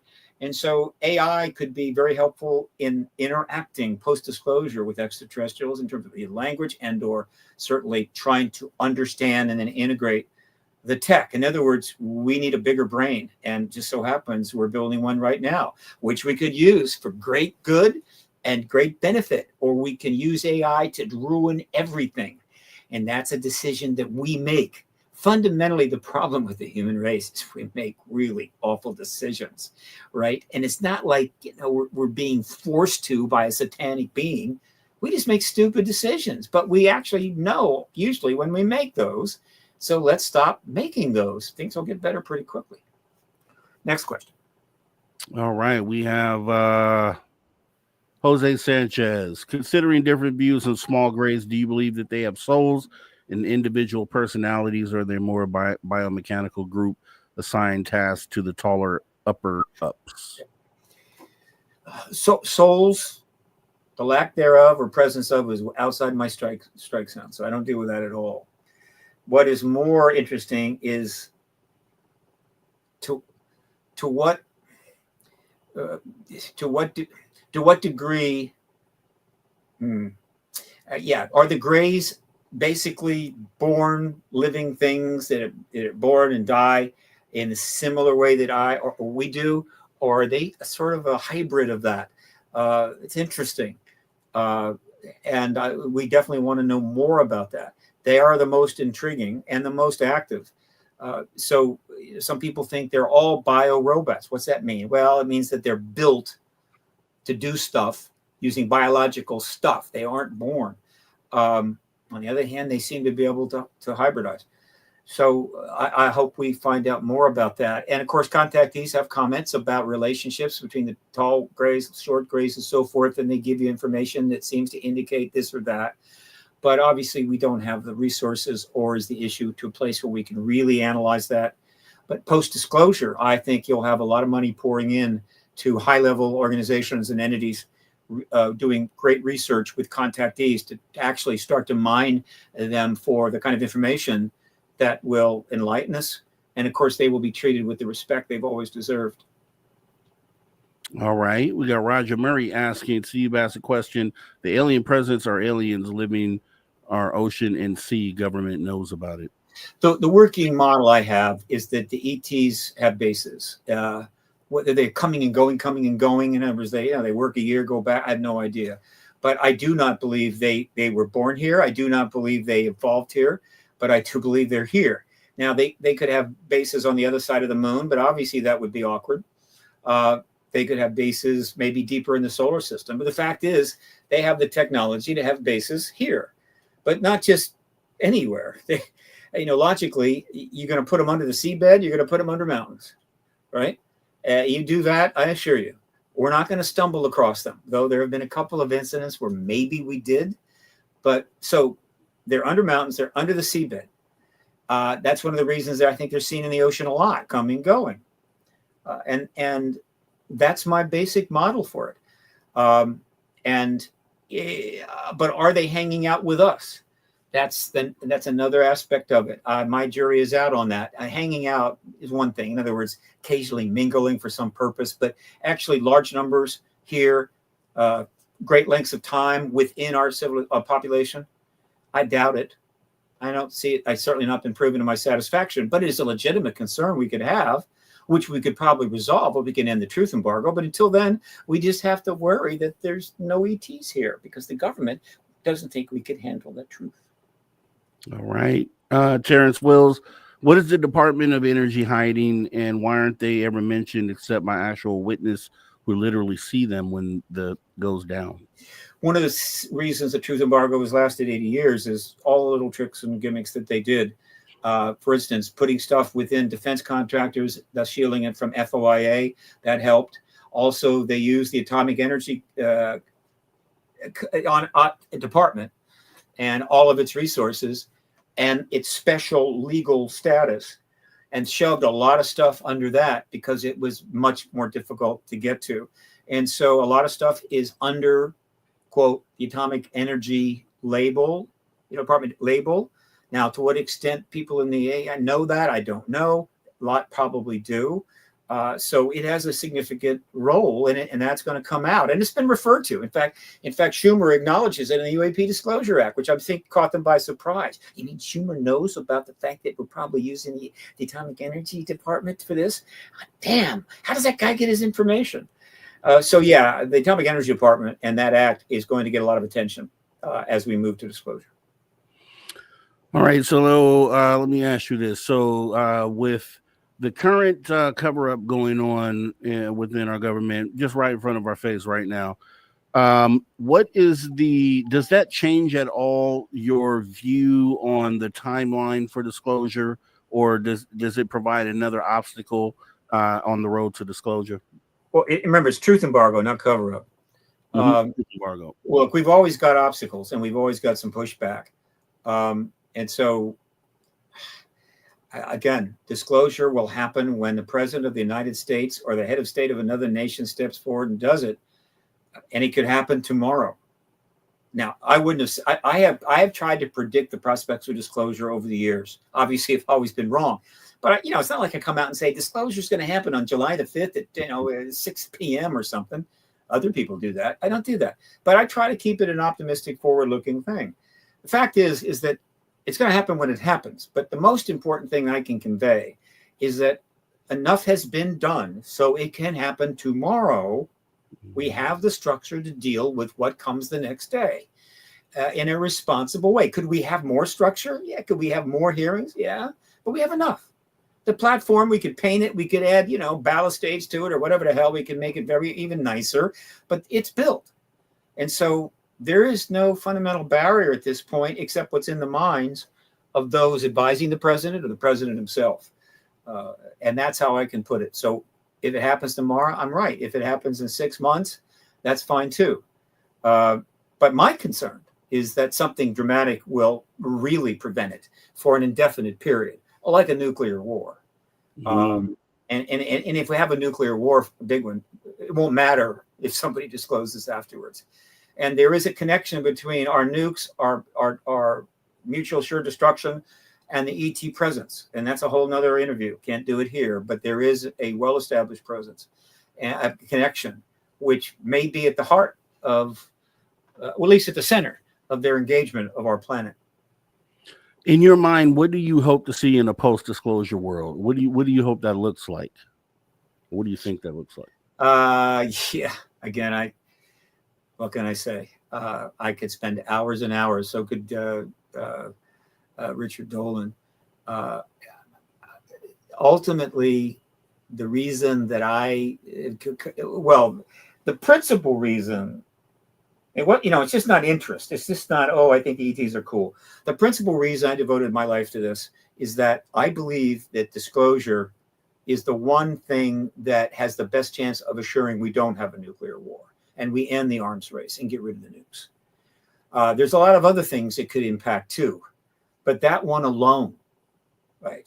And by the way, there's stuff pouring out constantly on social media, on YouTube, on articles coming out. We're being reminded daily, weekly, that the risk of nuclear war is greater than it's ever been for those that care.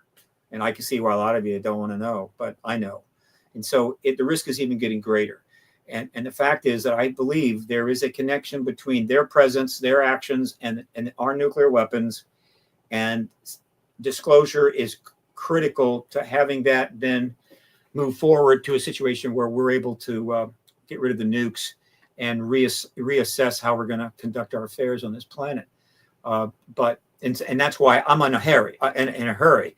I mean, I want it tomorrow. I wanted it years ago. I wanted it 10 years ago, because we're going to run out of luck at some point. So one day somebody's going to push the wrong button. Something's going to happen, and the nukes are going to fly. I just put up go to my Twitter at Steve Bassett and see. I just put up a wonderful video that demonstrates the danger of these nukes as well as anything you'll ever read. Check it out. Scare the hell out of you. But people don't want to think about it, and the government doesn't want you to think about it, right? Yeah, well, that's going to be small solace when they start flying and we go to DEFCON 1. We have in our power the ability to end this embargo, and in our power in the post-disclosure world to really put pressure on our government and other nations doing the same to end this madness that we call mutual assured destruction. Once and for all. That doesn't mean all of our problems go away. It just means the number one thing that makes all of our problems irrelevant has been dealt with. We owe it to every living person and every potential future descendant of every living person to do this. And if we don't, then I don't see why anybody in the future, if we have that war, would have nothing but complete and utter contempt for the 4 generations of the second half of the 20th, beginning of the 20th. Conversations that move. Thank you for the joining needle. us tonight, Steve Bassett. We actually have all your information in the description of the video, so make sure you go there, subscribe, and follow Steve Bassett. Thanks again. Have a good rest of your night, sir. You too, Gary. Bye. Take care.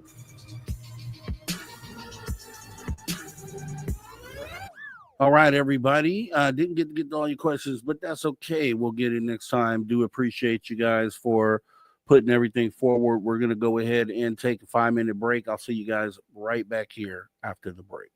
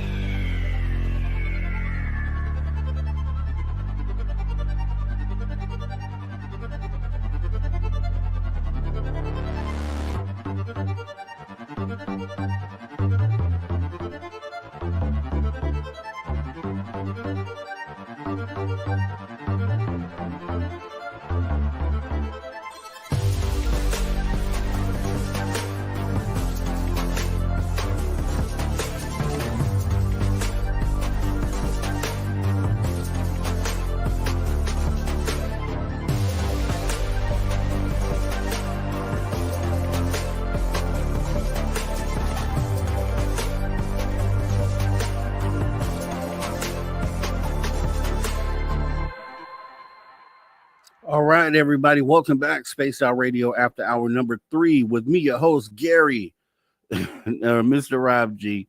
We're getting right back into the show right after this break here. Steve Stockton tells and told missing person mysteries. Guys, let's get ready to go.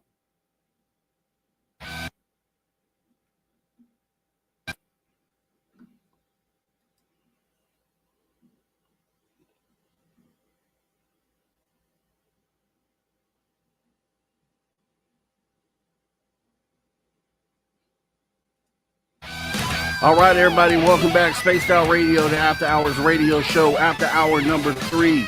Definitely want to thank our guest, Steve Bassett, exopolitical activist, for sharing his time with us here for hours 1 and 2.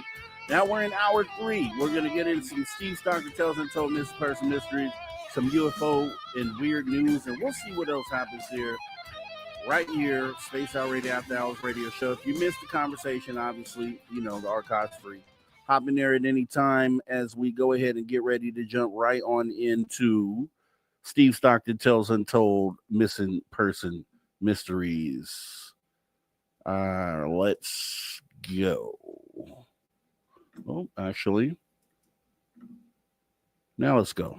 Welcome to Tales Untold and Missing Persons Mysteries on Spaced Out Radio's After Hours. My name is Steve Stockton, and I'm here to take you on a journey of mysteries, legends, and true stories. Come, join me on this strange adventure of Tales Untold and Missing Person Mysteries. Hello, friends.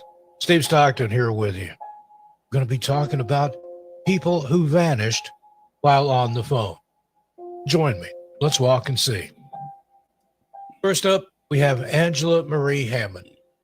On April 4, 1991, 20-year-old Angela Hammond was at a phone booth in Clinton, Missouri at around 11:45 p.m., talking to her fiancé, Rob Schaefer.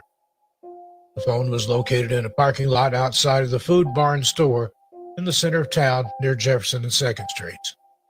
Angela had parked her car in order to make the phone call to Rob because she wanted to let him know that she was too tired to meet with him that night like they had planned, and just wanted to go home, take a bath, and relax instead. The two lived together, but had plans to meet somewhere after they both got out of work. While on the phone with him, she mentioned a mysterious pickup truck that had just started incessantly circling the booth she was in while she was talking to it.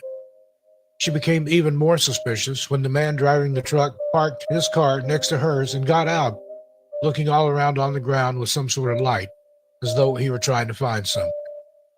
Not knowing what was going to happen next, but having a bad feeling about the whole situation, Angela described both the man and his truck to her fiancé. She described the man as being filthy and bearded. Suddenly, Angela started screaming, and the line had gone completely dead. Rob was only a few blocks away and immediately threw the phone down, got into his own vehicle, and sped all the way to where Angela had been talking with him just moments earlier. On the way to the scene, though, he heard her scream and call out his name as he passed a truck that he noticed looked just like the one she had been describing to him before all hell broke loose. It was a late model 1960s or early 1970s green Ford F-150 truck. He followed the truck for about a mile down 2nd Street and Culvert Drive, but the very sudden shifting of gears broke down his vehicle's transmission, and his car stalled in the middle of the road as he helplessly watched the man drive away in the truck with his terrified fiancée inside. Angela was 4 months pregnant and was never seen or heard from again. Rob said that he had gotten a better look at the truck Angela had been taken into and reported that it had a water decal or some sort of outdoor scene covering the whole back window, that it possibly had a white top and possible damage to the left front fender. Witnesses reported seeing a Caucasian male driving a similar-looking truck near the phone booth at the same time Angela disappeared. The man has never been identified, but was reportedly wearing overalls and a dark-colored baseball cap. He wore glasses and had a beard and mustache. A composite sketch was completed based on witness testimony, and though Rob was initially considered a suspect, he passed the polygraph test and was eventually ruled out. At the time of her disappearance, Angela worked in a bank and attended classes at Central Missouri State University in Warren, Missouri. Angela's a white female who would have turned 53 years old on February 9th, 2024, and was only 20 years old at the time of her disappearance. She was between 4 feet 11 and 5 feet tall and weighed between 120 and 140 pounds. She was wearing a white button-down shirt with black spots on it, black slacks, and white sneakers. In 1991, Angela's teeth were said to have been in excellent condition. Her nickname is Angie, and she has brown hair and brown eyes. She wears contact lenses and has a scar on her upper lip. Anyone with any information about this case should contact the investigating agency, the Clinton, Missouri Police Department, at 660-885-5561. Next up, Brandon Lawson. Brandon Mason Lawson was born on November 18, 1986, in Fort Worth, Texas, in the United States. His parents' names are Brad and Kimberly, and he has 3 siblings named Brittany, Kyle, and Billy. Brandon and his common-law wife, LaDessa, were high school sweethearts and had 3 children together. On the evening of August 8, 2013, 26-year-old Brandon had an argument with LaDessa at their home in San Angelo, Texas. And as per the agreement the two had made with one another, when things got too heated, one of them would leave and give both time to cool off, and that's just what Brandon did. Brandon called his father and explained the situation, saying he wanted to come and spend the night at his house. Brad, who lived 3 hours away, didn't think it was a good idea for him to drive so far away and tried to talk his son out of it. However, Brandon insisted, and they hung up with one another. Brandon left his house in his vehicle, a silver Ford F-150, at 11:54 p.m., but would never return home again. Brandon ran out of gas on his way to his dad's house, which was located in Crowley, Texas, and he pulled over on Route 277 between San Angelo and Bronte in Coke County. His brother, Kyle, only lived a mile away from his and LaDessa's house, and he asked him to bring him some gas so he could get back on the road. While talking to Kyle, Brandon claimed he was being chased by 3 men whom he later described as, quote, Mexicans in the neighborhood, end quote. Kyle wasn't sure he believed what Brandon was telling him, but didn't know why he would lie about such a thing either. Brandon had a history of drug abuse, but had been completely clean for about 6 months leading up to the night of his disappearance. However, Kyle asked him if he'd been using, thinking that maybe his brother was just hallucinating. Brandon denied being high, and after hanging up with his brother, Kyle called LaDessa and explained what was going on. She left a fuel container outside for Kyle and his girlfriend to pick up so they could put gas in it and bring it to Brandon. Kyle didn't have any money on him at the time, but planned to pick Brandon up, bring him to the gas station to get the fuel, and then drive him back to his truck so he could put enough gas in to get him to the station with his truck to refuel it properly. They drove to the location Brandon had given them and saw his truck parked on the side of the road, but they didn't see Brandon anywhere. A sheriff's deputy who had been contacted by a trucker showed up a few minutes later to check the vehicle out. During another call between Brandon and Kyle, after Kyle had gotten to the truck and saw the officer there, Brandon told him, "I can see you. I'm right here." However, neither Kyle nor the deputy could see Brandon anywhere. When Brandon still hadn't shown up after several more minutes, Kyle thought it was possible that Brandon simply didn't want to have any contact with law enforcement because he had only recently learned that there was an outstanding warrant for his arrest. It was related to some drug charges issued to Brandon out of Johnson County years before in 2005. Many phone calls were made to and from Brandon's cell phone that night. The area had very poor cellular reception, so many of those calls either never went through or were dropped. It was at 12:30 a.m. that Brandon first called Kyle and told him he was out of gas. At 12:51, just after dialing 911, which we will discuss further in a moment, Brandon called Kyle's phone and left him a voicemail. Also at 12:51, Brandon called LaDessa, but she didn't pick up because her phone had been left in her car that night, which wasn't too unusual. At 12:52, Brandon called Audrey, Kyle's wife, and said, Audrey, I'm bleeding." Those are the last known words ever to be spoken by Brandon Lawson. At 12:54, Kyle called Brandon, but got no response. And at 12:57, Brandon called Kyle back. Then at 12:58, Brandon called one of his neighbors. And at 12:59, Kyle called Brandon again. However, none of these phone calls would last very long, and none of them got Brandon and his brother any closer to one another. At 1:04 in the morning, the 911 dispatcher called Brandon back and tried to get some more information, but he didn't pick up, and she left a voicemail.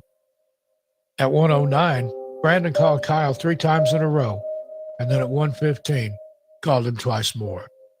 Those were the final calls made from Brandon's phone, and from 1:19 on, all calls to Brandon's phone went directly to voicemail, and no calls were ever made from the phone after 1:15 a.m. call to Kyle. Brandon's 911 call became a huge subject of debate and the hottest topic of the case overall when it was finally released to the public, and the internet all but blew up with theories and speculation about what was being said and what could have happened to Brandon. It's incredibly hard to understand what's being said, possibly due to the poor cell service in the area. Here's one interpretation of several circulating online of the transcript of his original 911 call that night. Many people hear different things, and mostly what's being said has never definitely been determined, but many sources believe this is what most likely had been said that night. We have no opinion one way or another, but here's the interpretation. Operator, 911 emergency. Brandon, yes, I'm in the middle of a field. If they could just bring some guys over. Right here, going towards Abilene on the Bronte side. My truck ran out of gas. There's one car here and guys chasing me into the woods. Please hurry. Operator. Okay, now run that by me one more. Brandon. I tried talking to him. I totally ran into them. Operator. You ran into him. Okay. Brandon. Just the first guy. In the background noise. Brandon. I got shot. Operator. Do you need an ambulance? Brandon. Yeah. No. I need the cops. Operator. Is anybody hurt? Strange noises in the background. Operator. Hello? Hello? Hello? Brandon. Very faintly. Help me. Now, in a slowed down version of the call, many people believe there's another voice talking, saying, get up and protect yourself. But there's just never been anything definitive to point in the direction of what actually happened to Brandon Lawson that night. There's so much rumor and speculation surrounding this case, but if we're just sticking to the facts, the case is still open and unsolved. Brandon's family continued to search for him in the area through the morning, but they never found any evidence as to his whereabouts. Law enforcement initially presumed that Brandon might have been hiding and on the run because of an outstanding warrant, but most people didn't find that plausible, given that he called 911 himself and specifically requested the dispatch send the police to the station.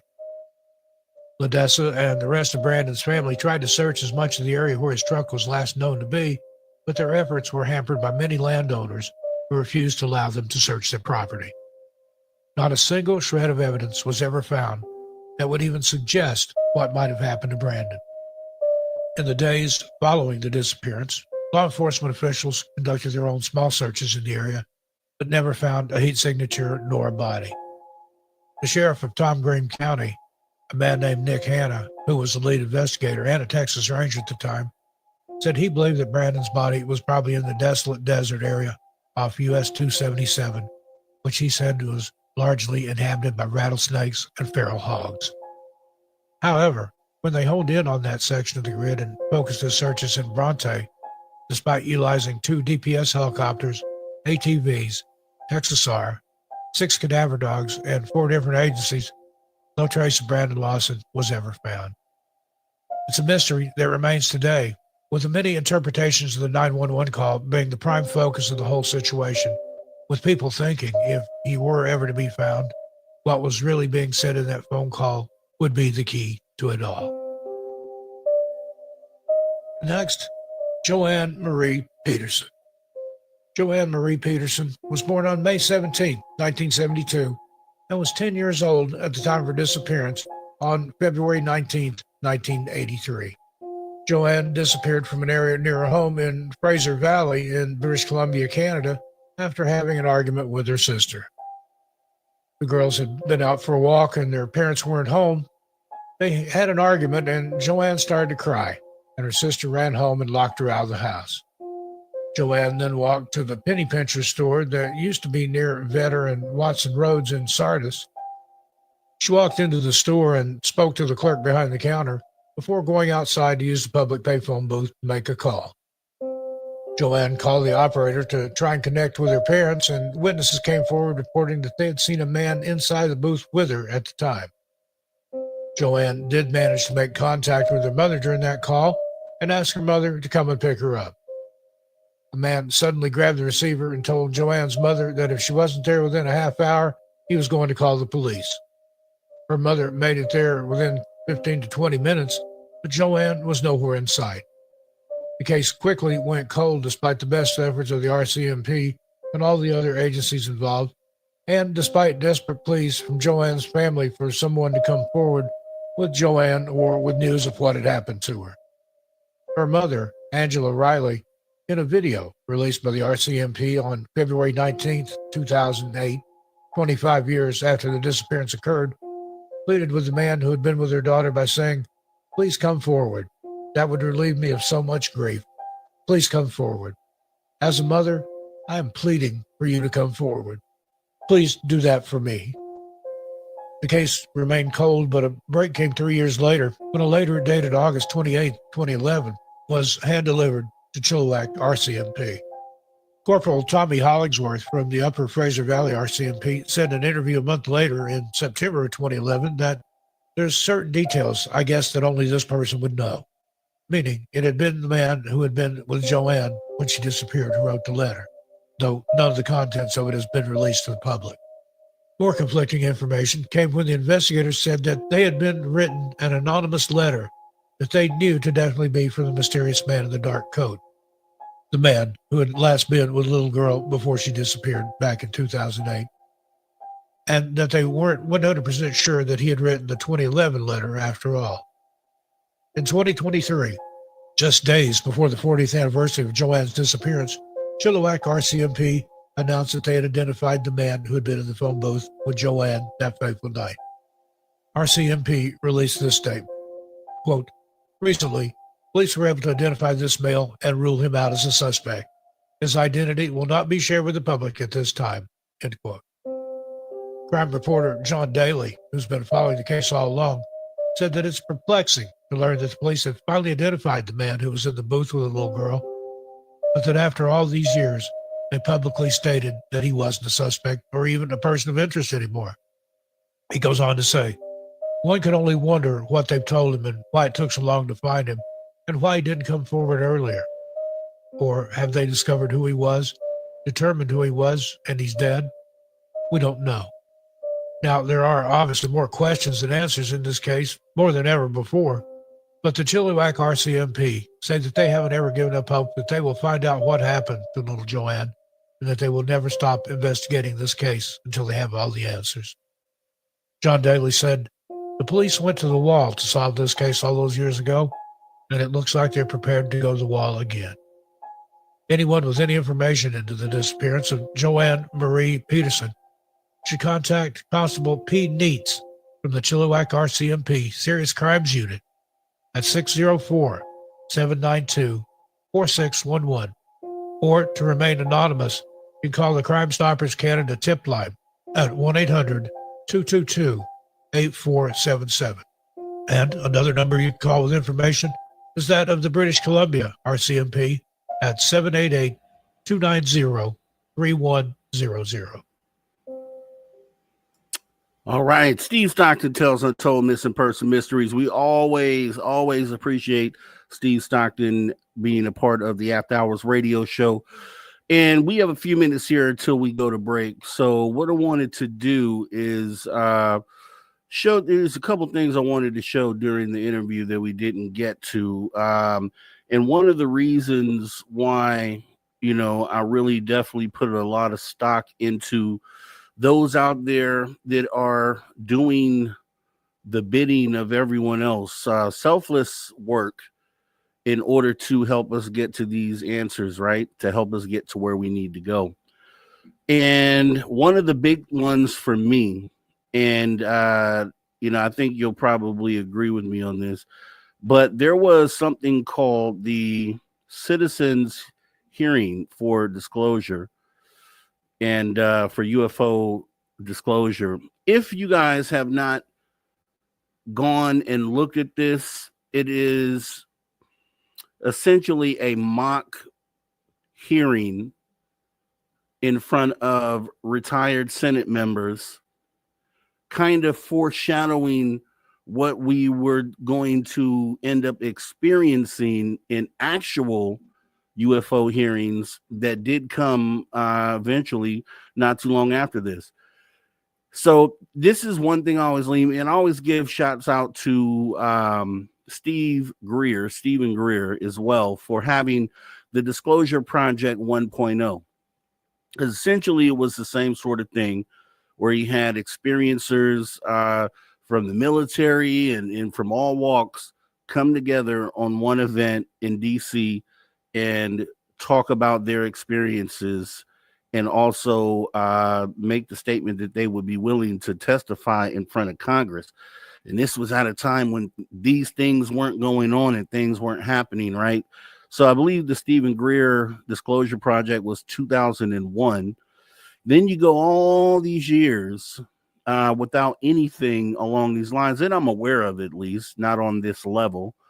And then you had Steve Greer come with this here.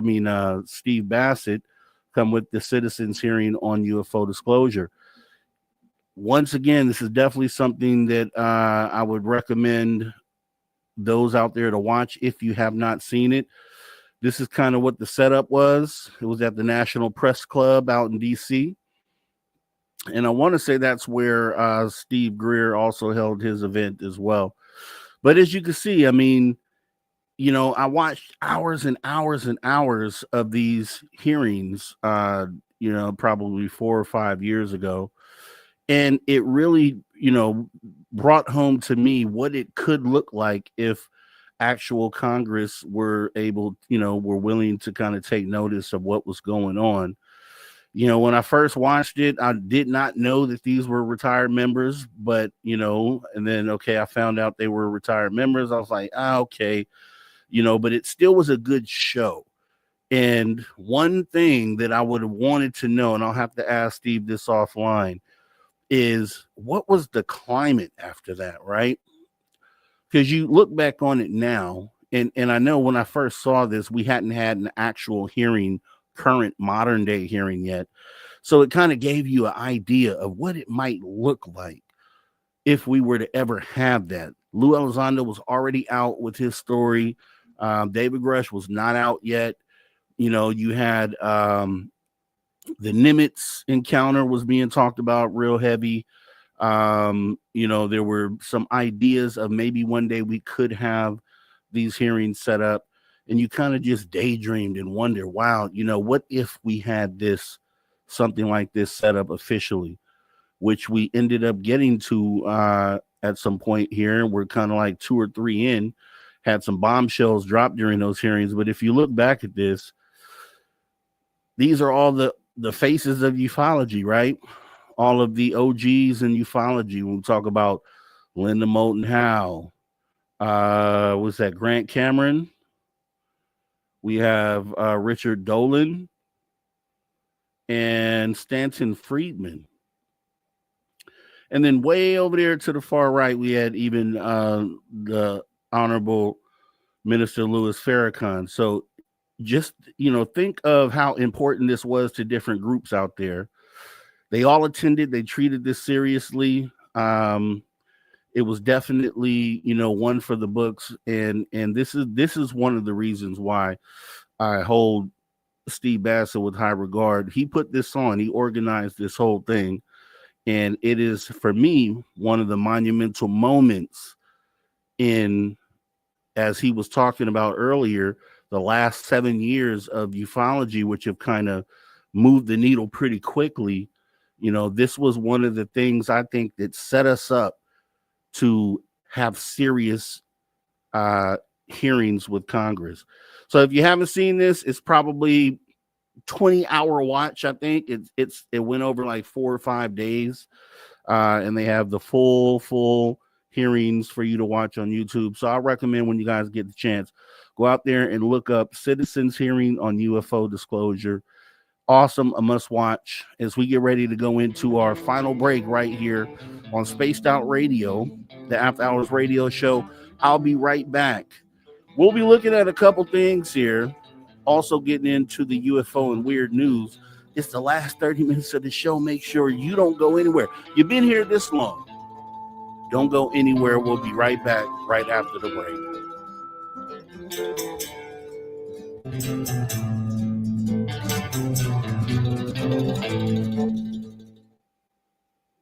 All right, we are clear. We are clear.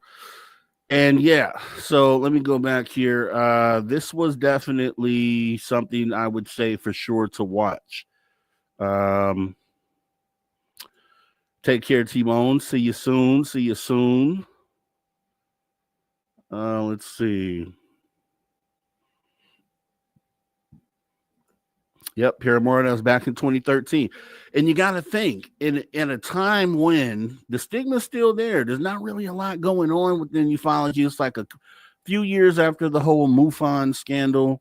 So you have to, speaking to someone that was there, obviously, is the best way to go about it. But it definitely, I would like to know, like, in that moment, like right after this hearing, did it move the needle initially? Did it initially change things as far as, was there a difference? Could you tell that there was a difference? This is done in Washington, D.C. Did you have current, these were, former Senate members. Were current Senate members taking notice? Did this get any wind? A lot of important players were in the audience from different walks of life in different power positions.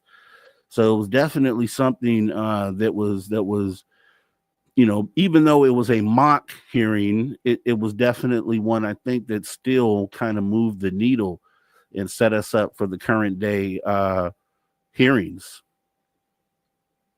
Yeah. C-Tech Mateo talking about concur, Rob. Those hearings were monumental for the time. Yeah. And I just, when you think about it, going from 2013 to 2017, when Lou Elizondo steps out, that's a 4-year window where technically nothing really happens, anything game-changing or groundbreaking. So I would like to know, like, in that 4-year window, was there the foresight to see that what they did here was going to be something, or setting us up for what it is that we have going on right now? So, yeah, that was a big thing right there. So I want to make sure that I did add that to our conversation here. And we're going to be looking at a few things after the break. Drew Banky is still out moving and getting things situated with his homestead. And he should be back. I haven't heard anything otherwise. So we, mock hearing. It was a mock hearing, essentially.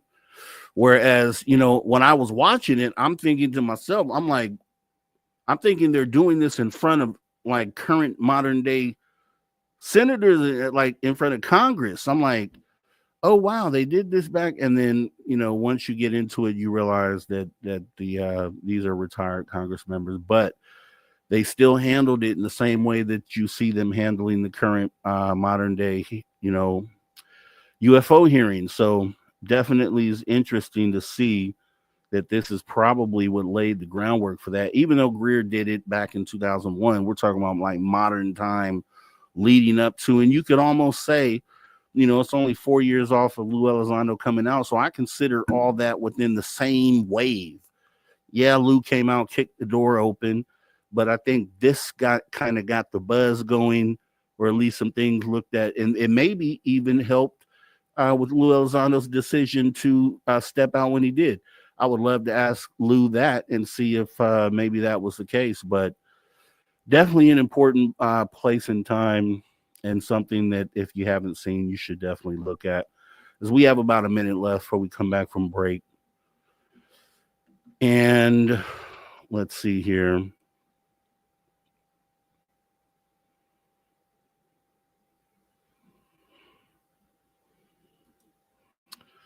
Oh, I do need to add something real quick here.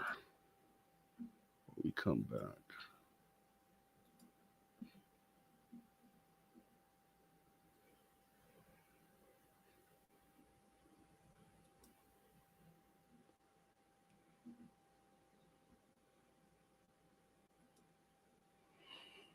All right, about 30 seconds left. 30 seconds left. Yeah, they all look so young 25 years ago. Yeah, no, that this was it would seem like that, right? This is only about 12 years ago, but yeah, everybody looks young. There's young Dolan, young Molten Howe, all of them there. Stan Friedman, the OG. Here we go. All right, just had a crash. Hold on one moment here.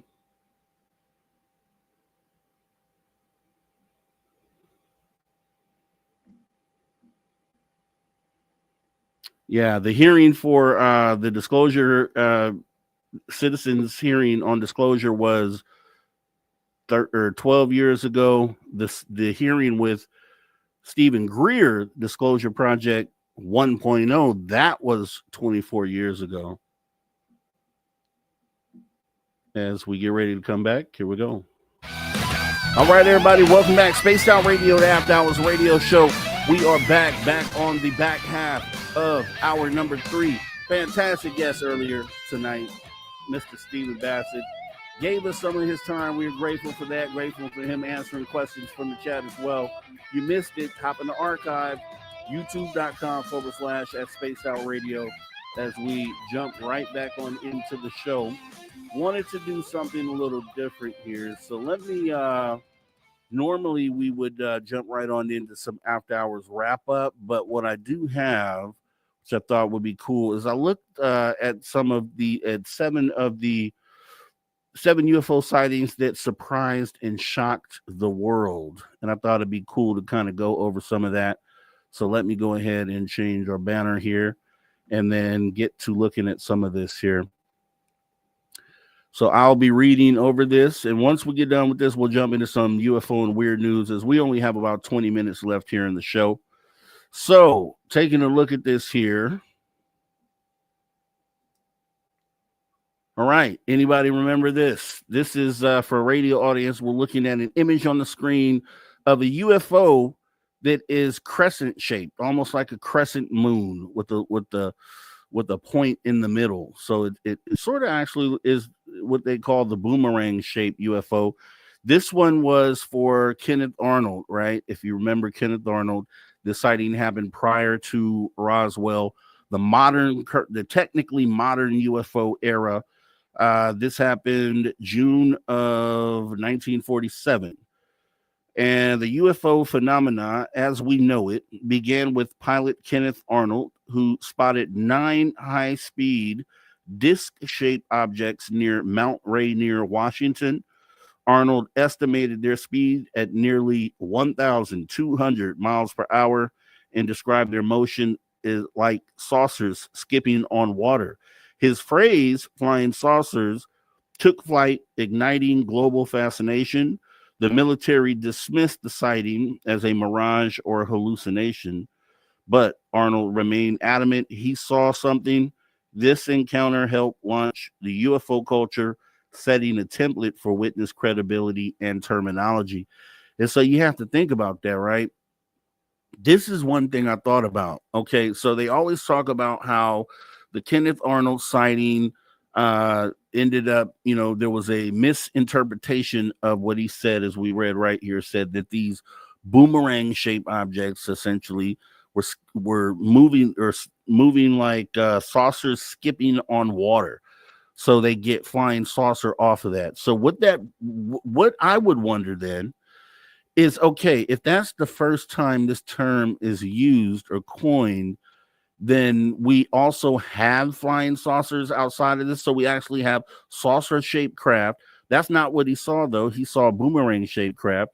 So is it coincidental that we also have saucer-shaped craft as well, when this would have been one of the earliest reported sightings of UFOs and the term flying saucer being used? You kind of have to ask yourself. That's one question that I've always wondered when thinking about the Kenneth Arnold story. Like, if he never said flying saucers, or if he used some other description, would we, in current modern day ufology, have cases of actual flying saucers, as you see up in the upper left corner of the screen that we have here? That UFO right above this image is what you would consider a typical saucer-shaped craft, right? But what came first? The term flying saucer that was obviously a mistake, or the actual shape of the craft, which we can, kind of call flying saucer? You got to ask yourself that. Very interesting and very, something that I've definitely thought about whenever talking about the Kenneth Arnold UFO sighting. So with that being said, that's 1947 June. We jump right on into the very next month. And so this is, let's just think geographical where these locations are. So this is Mount Rainier, Washington, northeast or northwest, the northwest portion of the United States. 1 year later, we get the Roswell incident, which is July of 1947. Obviously, most of you know about some of these sightings, but this is really for those stepping into the conversation. Some people might be new here. Some people might have just looked into UFOs, and this might be the introduction that they need into the conversation. So for everyone else, this is obviously not an image of the Roswell crash, but there was reported to be a UFO crash, flying saucer, I guess, disc is what they called it in the paper. Let me go ahead and read this one here. So barely weeks after Arnold's sighting, oh no, this was actually the same year, so it was not a year later. This was actually the following month. So both in 1947, Kenneth Arnold was June of 1947, Roswell was July of 1947. So basically weeks after Arnold's sighting came the Roswell incident, the stuff of legend. A rancher found strange debris. The military initially announced recovery of a, quote, flying disc, only to retract it, claiming a crashed weather balloon. The knee-jerk secrecy fueled conspiracy theories and pop culture fascination. Today, Roswell is synonymous with UFO mythology, complete with an alien-themed tourism and annual festivals. And as we know, I think there was a second crash that people are saying happened in Kingman, Arizona. So you have Roswell, then you have Kingman, and the government comes out initially day one and reports to the press that they recovered a flying disc. This, for me, as I've always said, is I consider Roswell the cover-up before the cover-up, because they told the truth initially of what they recovered, a crash disc. Okay, so the cover-up machine or truth embargo machine, courtesy the Steve Bassett, steps in and says, no, didn't mean crash disc. It actually was a weather balloon. It actually was a crashed weather balloon. And this is the story they sold for almost 50 years, probably about 45 years roughly. And then they come back in the 90s and say, oh, guess what? We're releasing the files on this. It was actually something called Project Mogul. So it wasn't a crashed weather balloon. It wasn't a crashed disc. It was actually Project Mogul. We were spying. It was during the Cold War. We were spying and we were dropping dummies. And this is what people saw at the site. So cover up of the cover up. That's why I call it cover up, because there's two cover ups in there. Weather balloon, first cover up. Project Mogul, the second cover up. Might as well just come on and say what you originally said, which was crash craft with actually bodies inside of it, NHI, whatever you want to call it. So maybe we'll get that in this whole confusing thing that we're dealing with right now. But that was number 2 on the list out of 7. So the next one that we have here, another popular one here, is the Rendlesham Forest. And for those out in Radioland, we're looking at the monument that they built at the site of the Rendlesham incident, where they have this what is depicted to be the shape of the craft that they found landed on the ground, that they reached out and touched and eventually became sick from being exposed to. Let me go ahead and read that one to you. This happened in England, December of 1980. Rendlesham Forest incident, Suffolk, England, December 1980. Dubbed Britain's Roswell, This weird episode involved U.S. military personnel stationed at RAF Woodbridge. Over multiple nights, troops witnessed glowing lights, metallic craft, and, according to some, even small humanoid figures. Deputy Commander Lieutenant Colonel Charles Holt logged the events in a memo, which remains one of the few internal military records. The MOD downplayed the incident, but eyewitnesses persist. A newer theory suggests atmospheric plasma and mass hallucination. So these guys saw it. If you remember, they had the recording, and I don't know what gave them the foresight or the mind to record the event as they went out there, but you could hear in his voice, it definitely, unless this was orchestrated, which I don't have any reason to believe or feel like it was, this sighting was recorded in the moment, and they're just, essentially telling you what they're seeing. A light moving through the trees, seems to be moving intelligently. Oh no, it's coming this way. If you haven't heard those tapes, you definitely want to go out and listen to those tapes. But I would agree that this would be one of those sightings that it's sad that the government attempts to cover this one up, because you had soldiers, service members who were in direct contact with this thing and ended up having medical issues later on in life. I guess maybe from that moment forward, but definitely later on in life, and kept getting denied by the VA for benefits because the military said they weren't there because of their clearance or their whatever you want to call it. So they said they weren't ever there. The military has no record of them being there.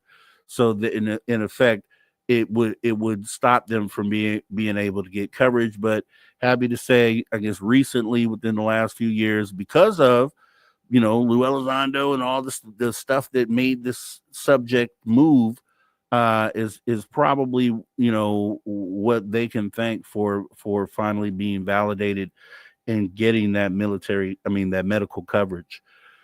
So yes, definitely one of those sightings that you have to take totally seriously, along with the other ones. The next one that we have on this list is one we talked about recently. Is we had our guest Tom King here, who's a skywatcher extraordinaire, who was actually one of the people there capturing the Phoenix lights back in March of 1997. You see a very young Tom King on a lot of those videos where he's talking about the sighting that had just occurred at that time. Let me go ahead and cover that one here. In this mass sighting event, thousands across Arizona and Nevada witnessed a V-shaped formation of lights hovering or drifting across the night sky. Actor Kurt Russell, an amateur pilot, even reported the phenomenon to air traffic control. Initial explanations from the U.S. Air Force involved military flares, but skeptics rejected that, as did Arizona's governor, who labeled the event otherworldly.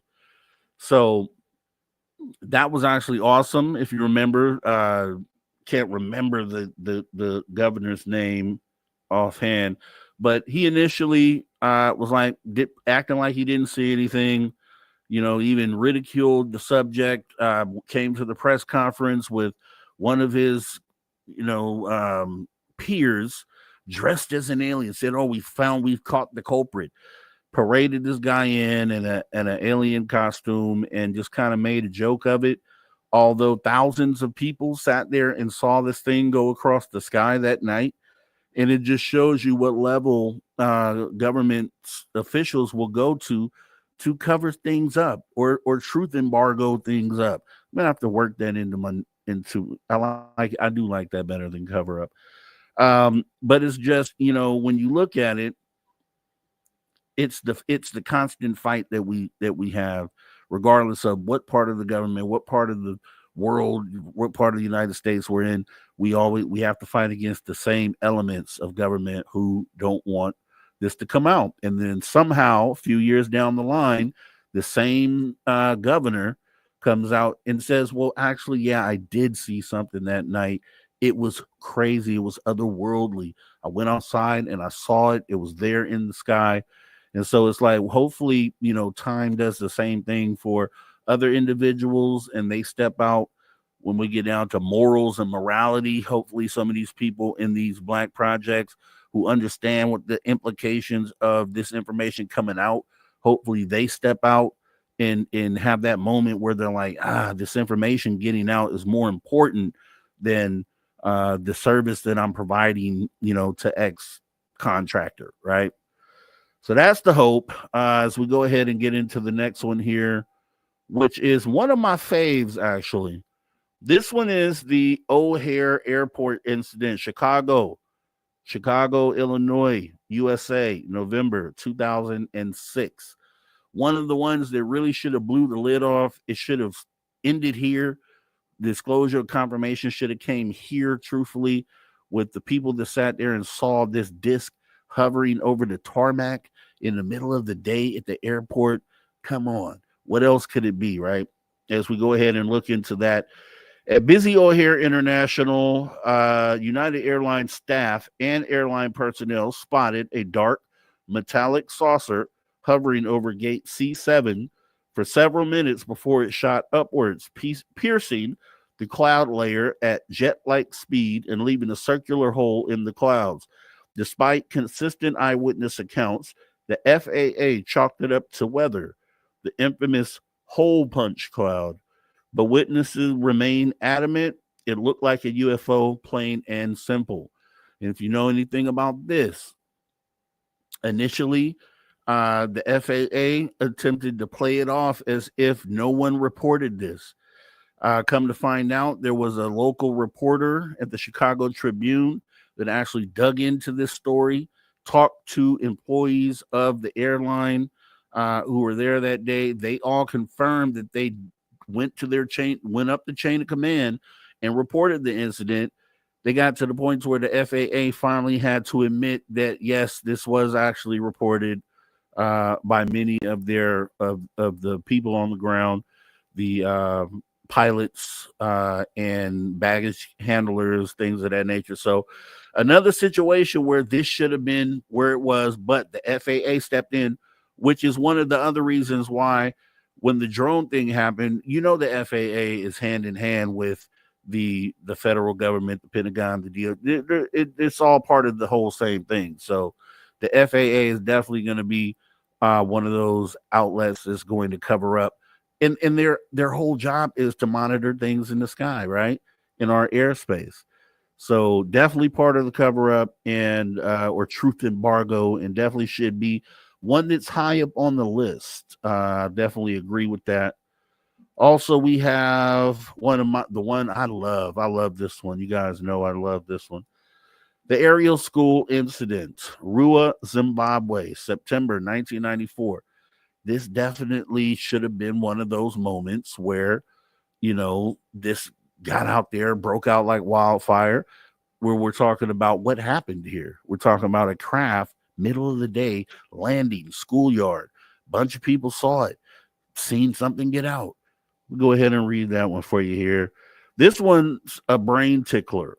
62 school children aged 6 to 12 reported silver craft landing nearby and communicating telepathically about environmental stewardship.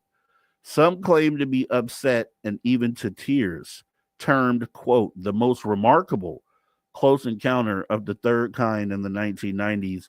The event drew global attention. Skeptics suggested mass hysteria, but memories persist. Many original witnesses recount the encounter to this day.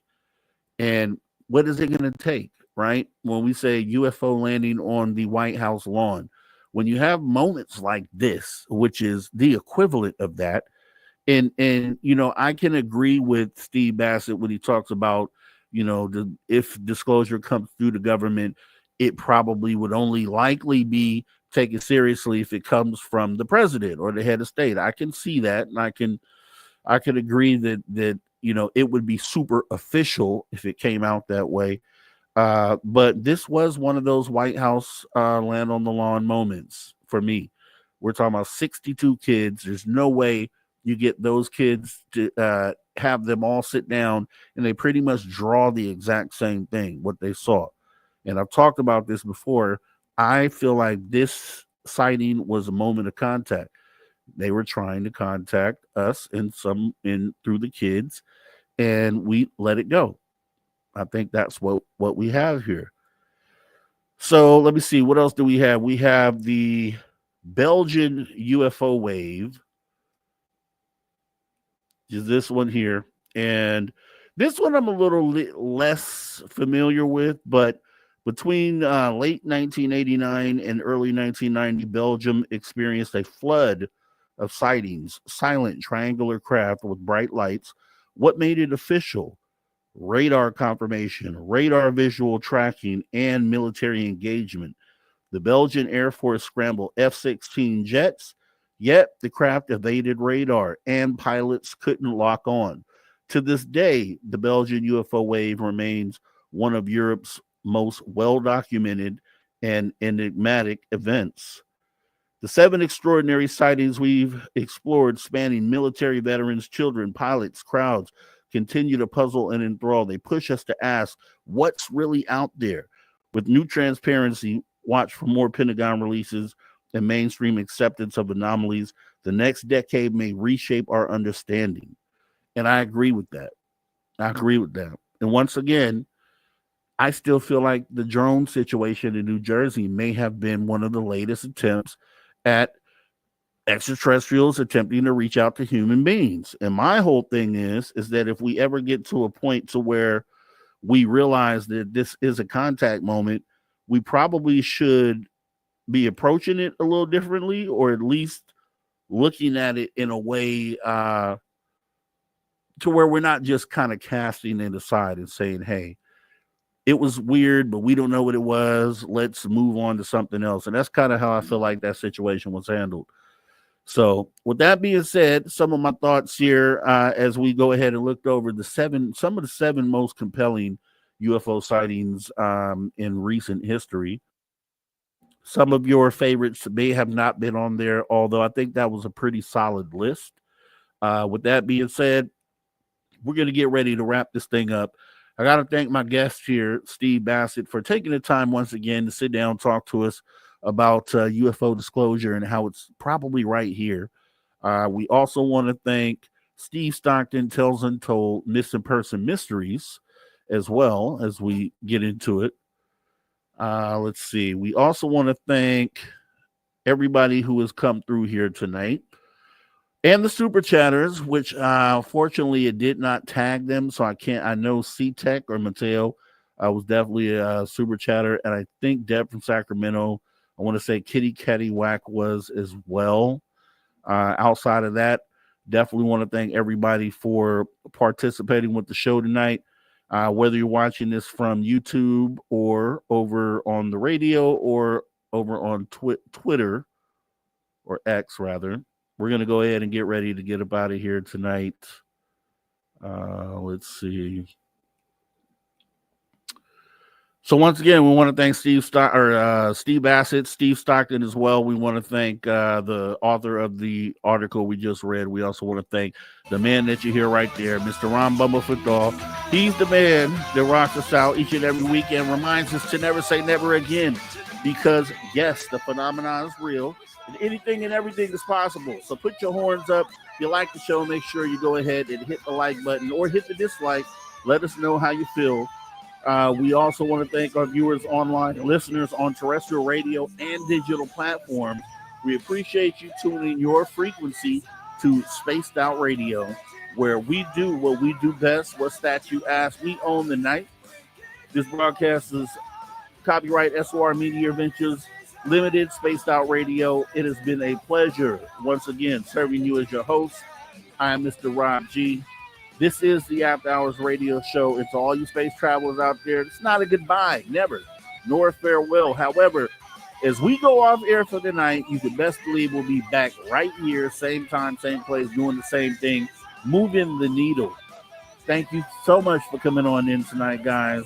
we will see you next time.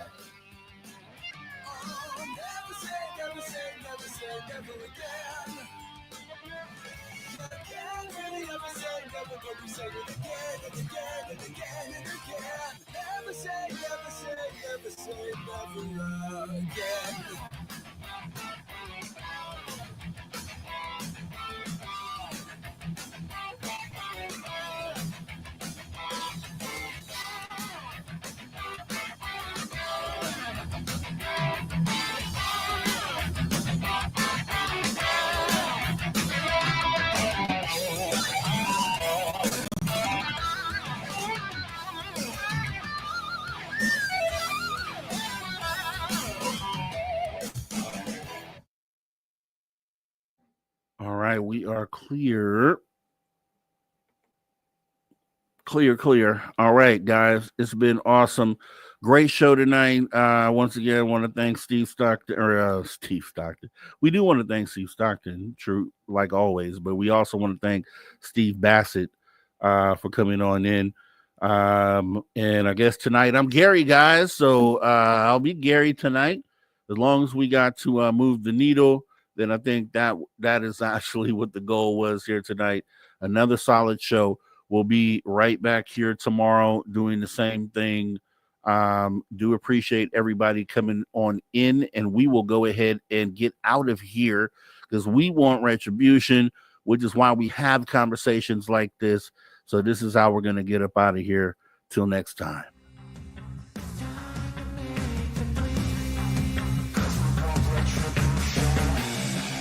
Cause we want retribution. Oh yeah, we want retribution. Oh yeah, we want retribution.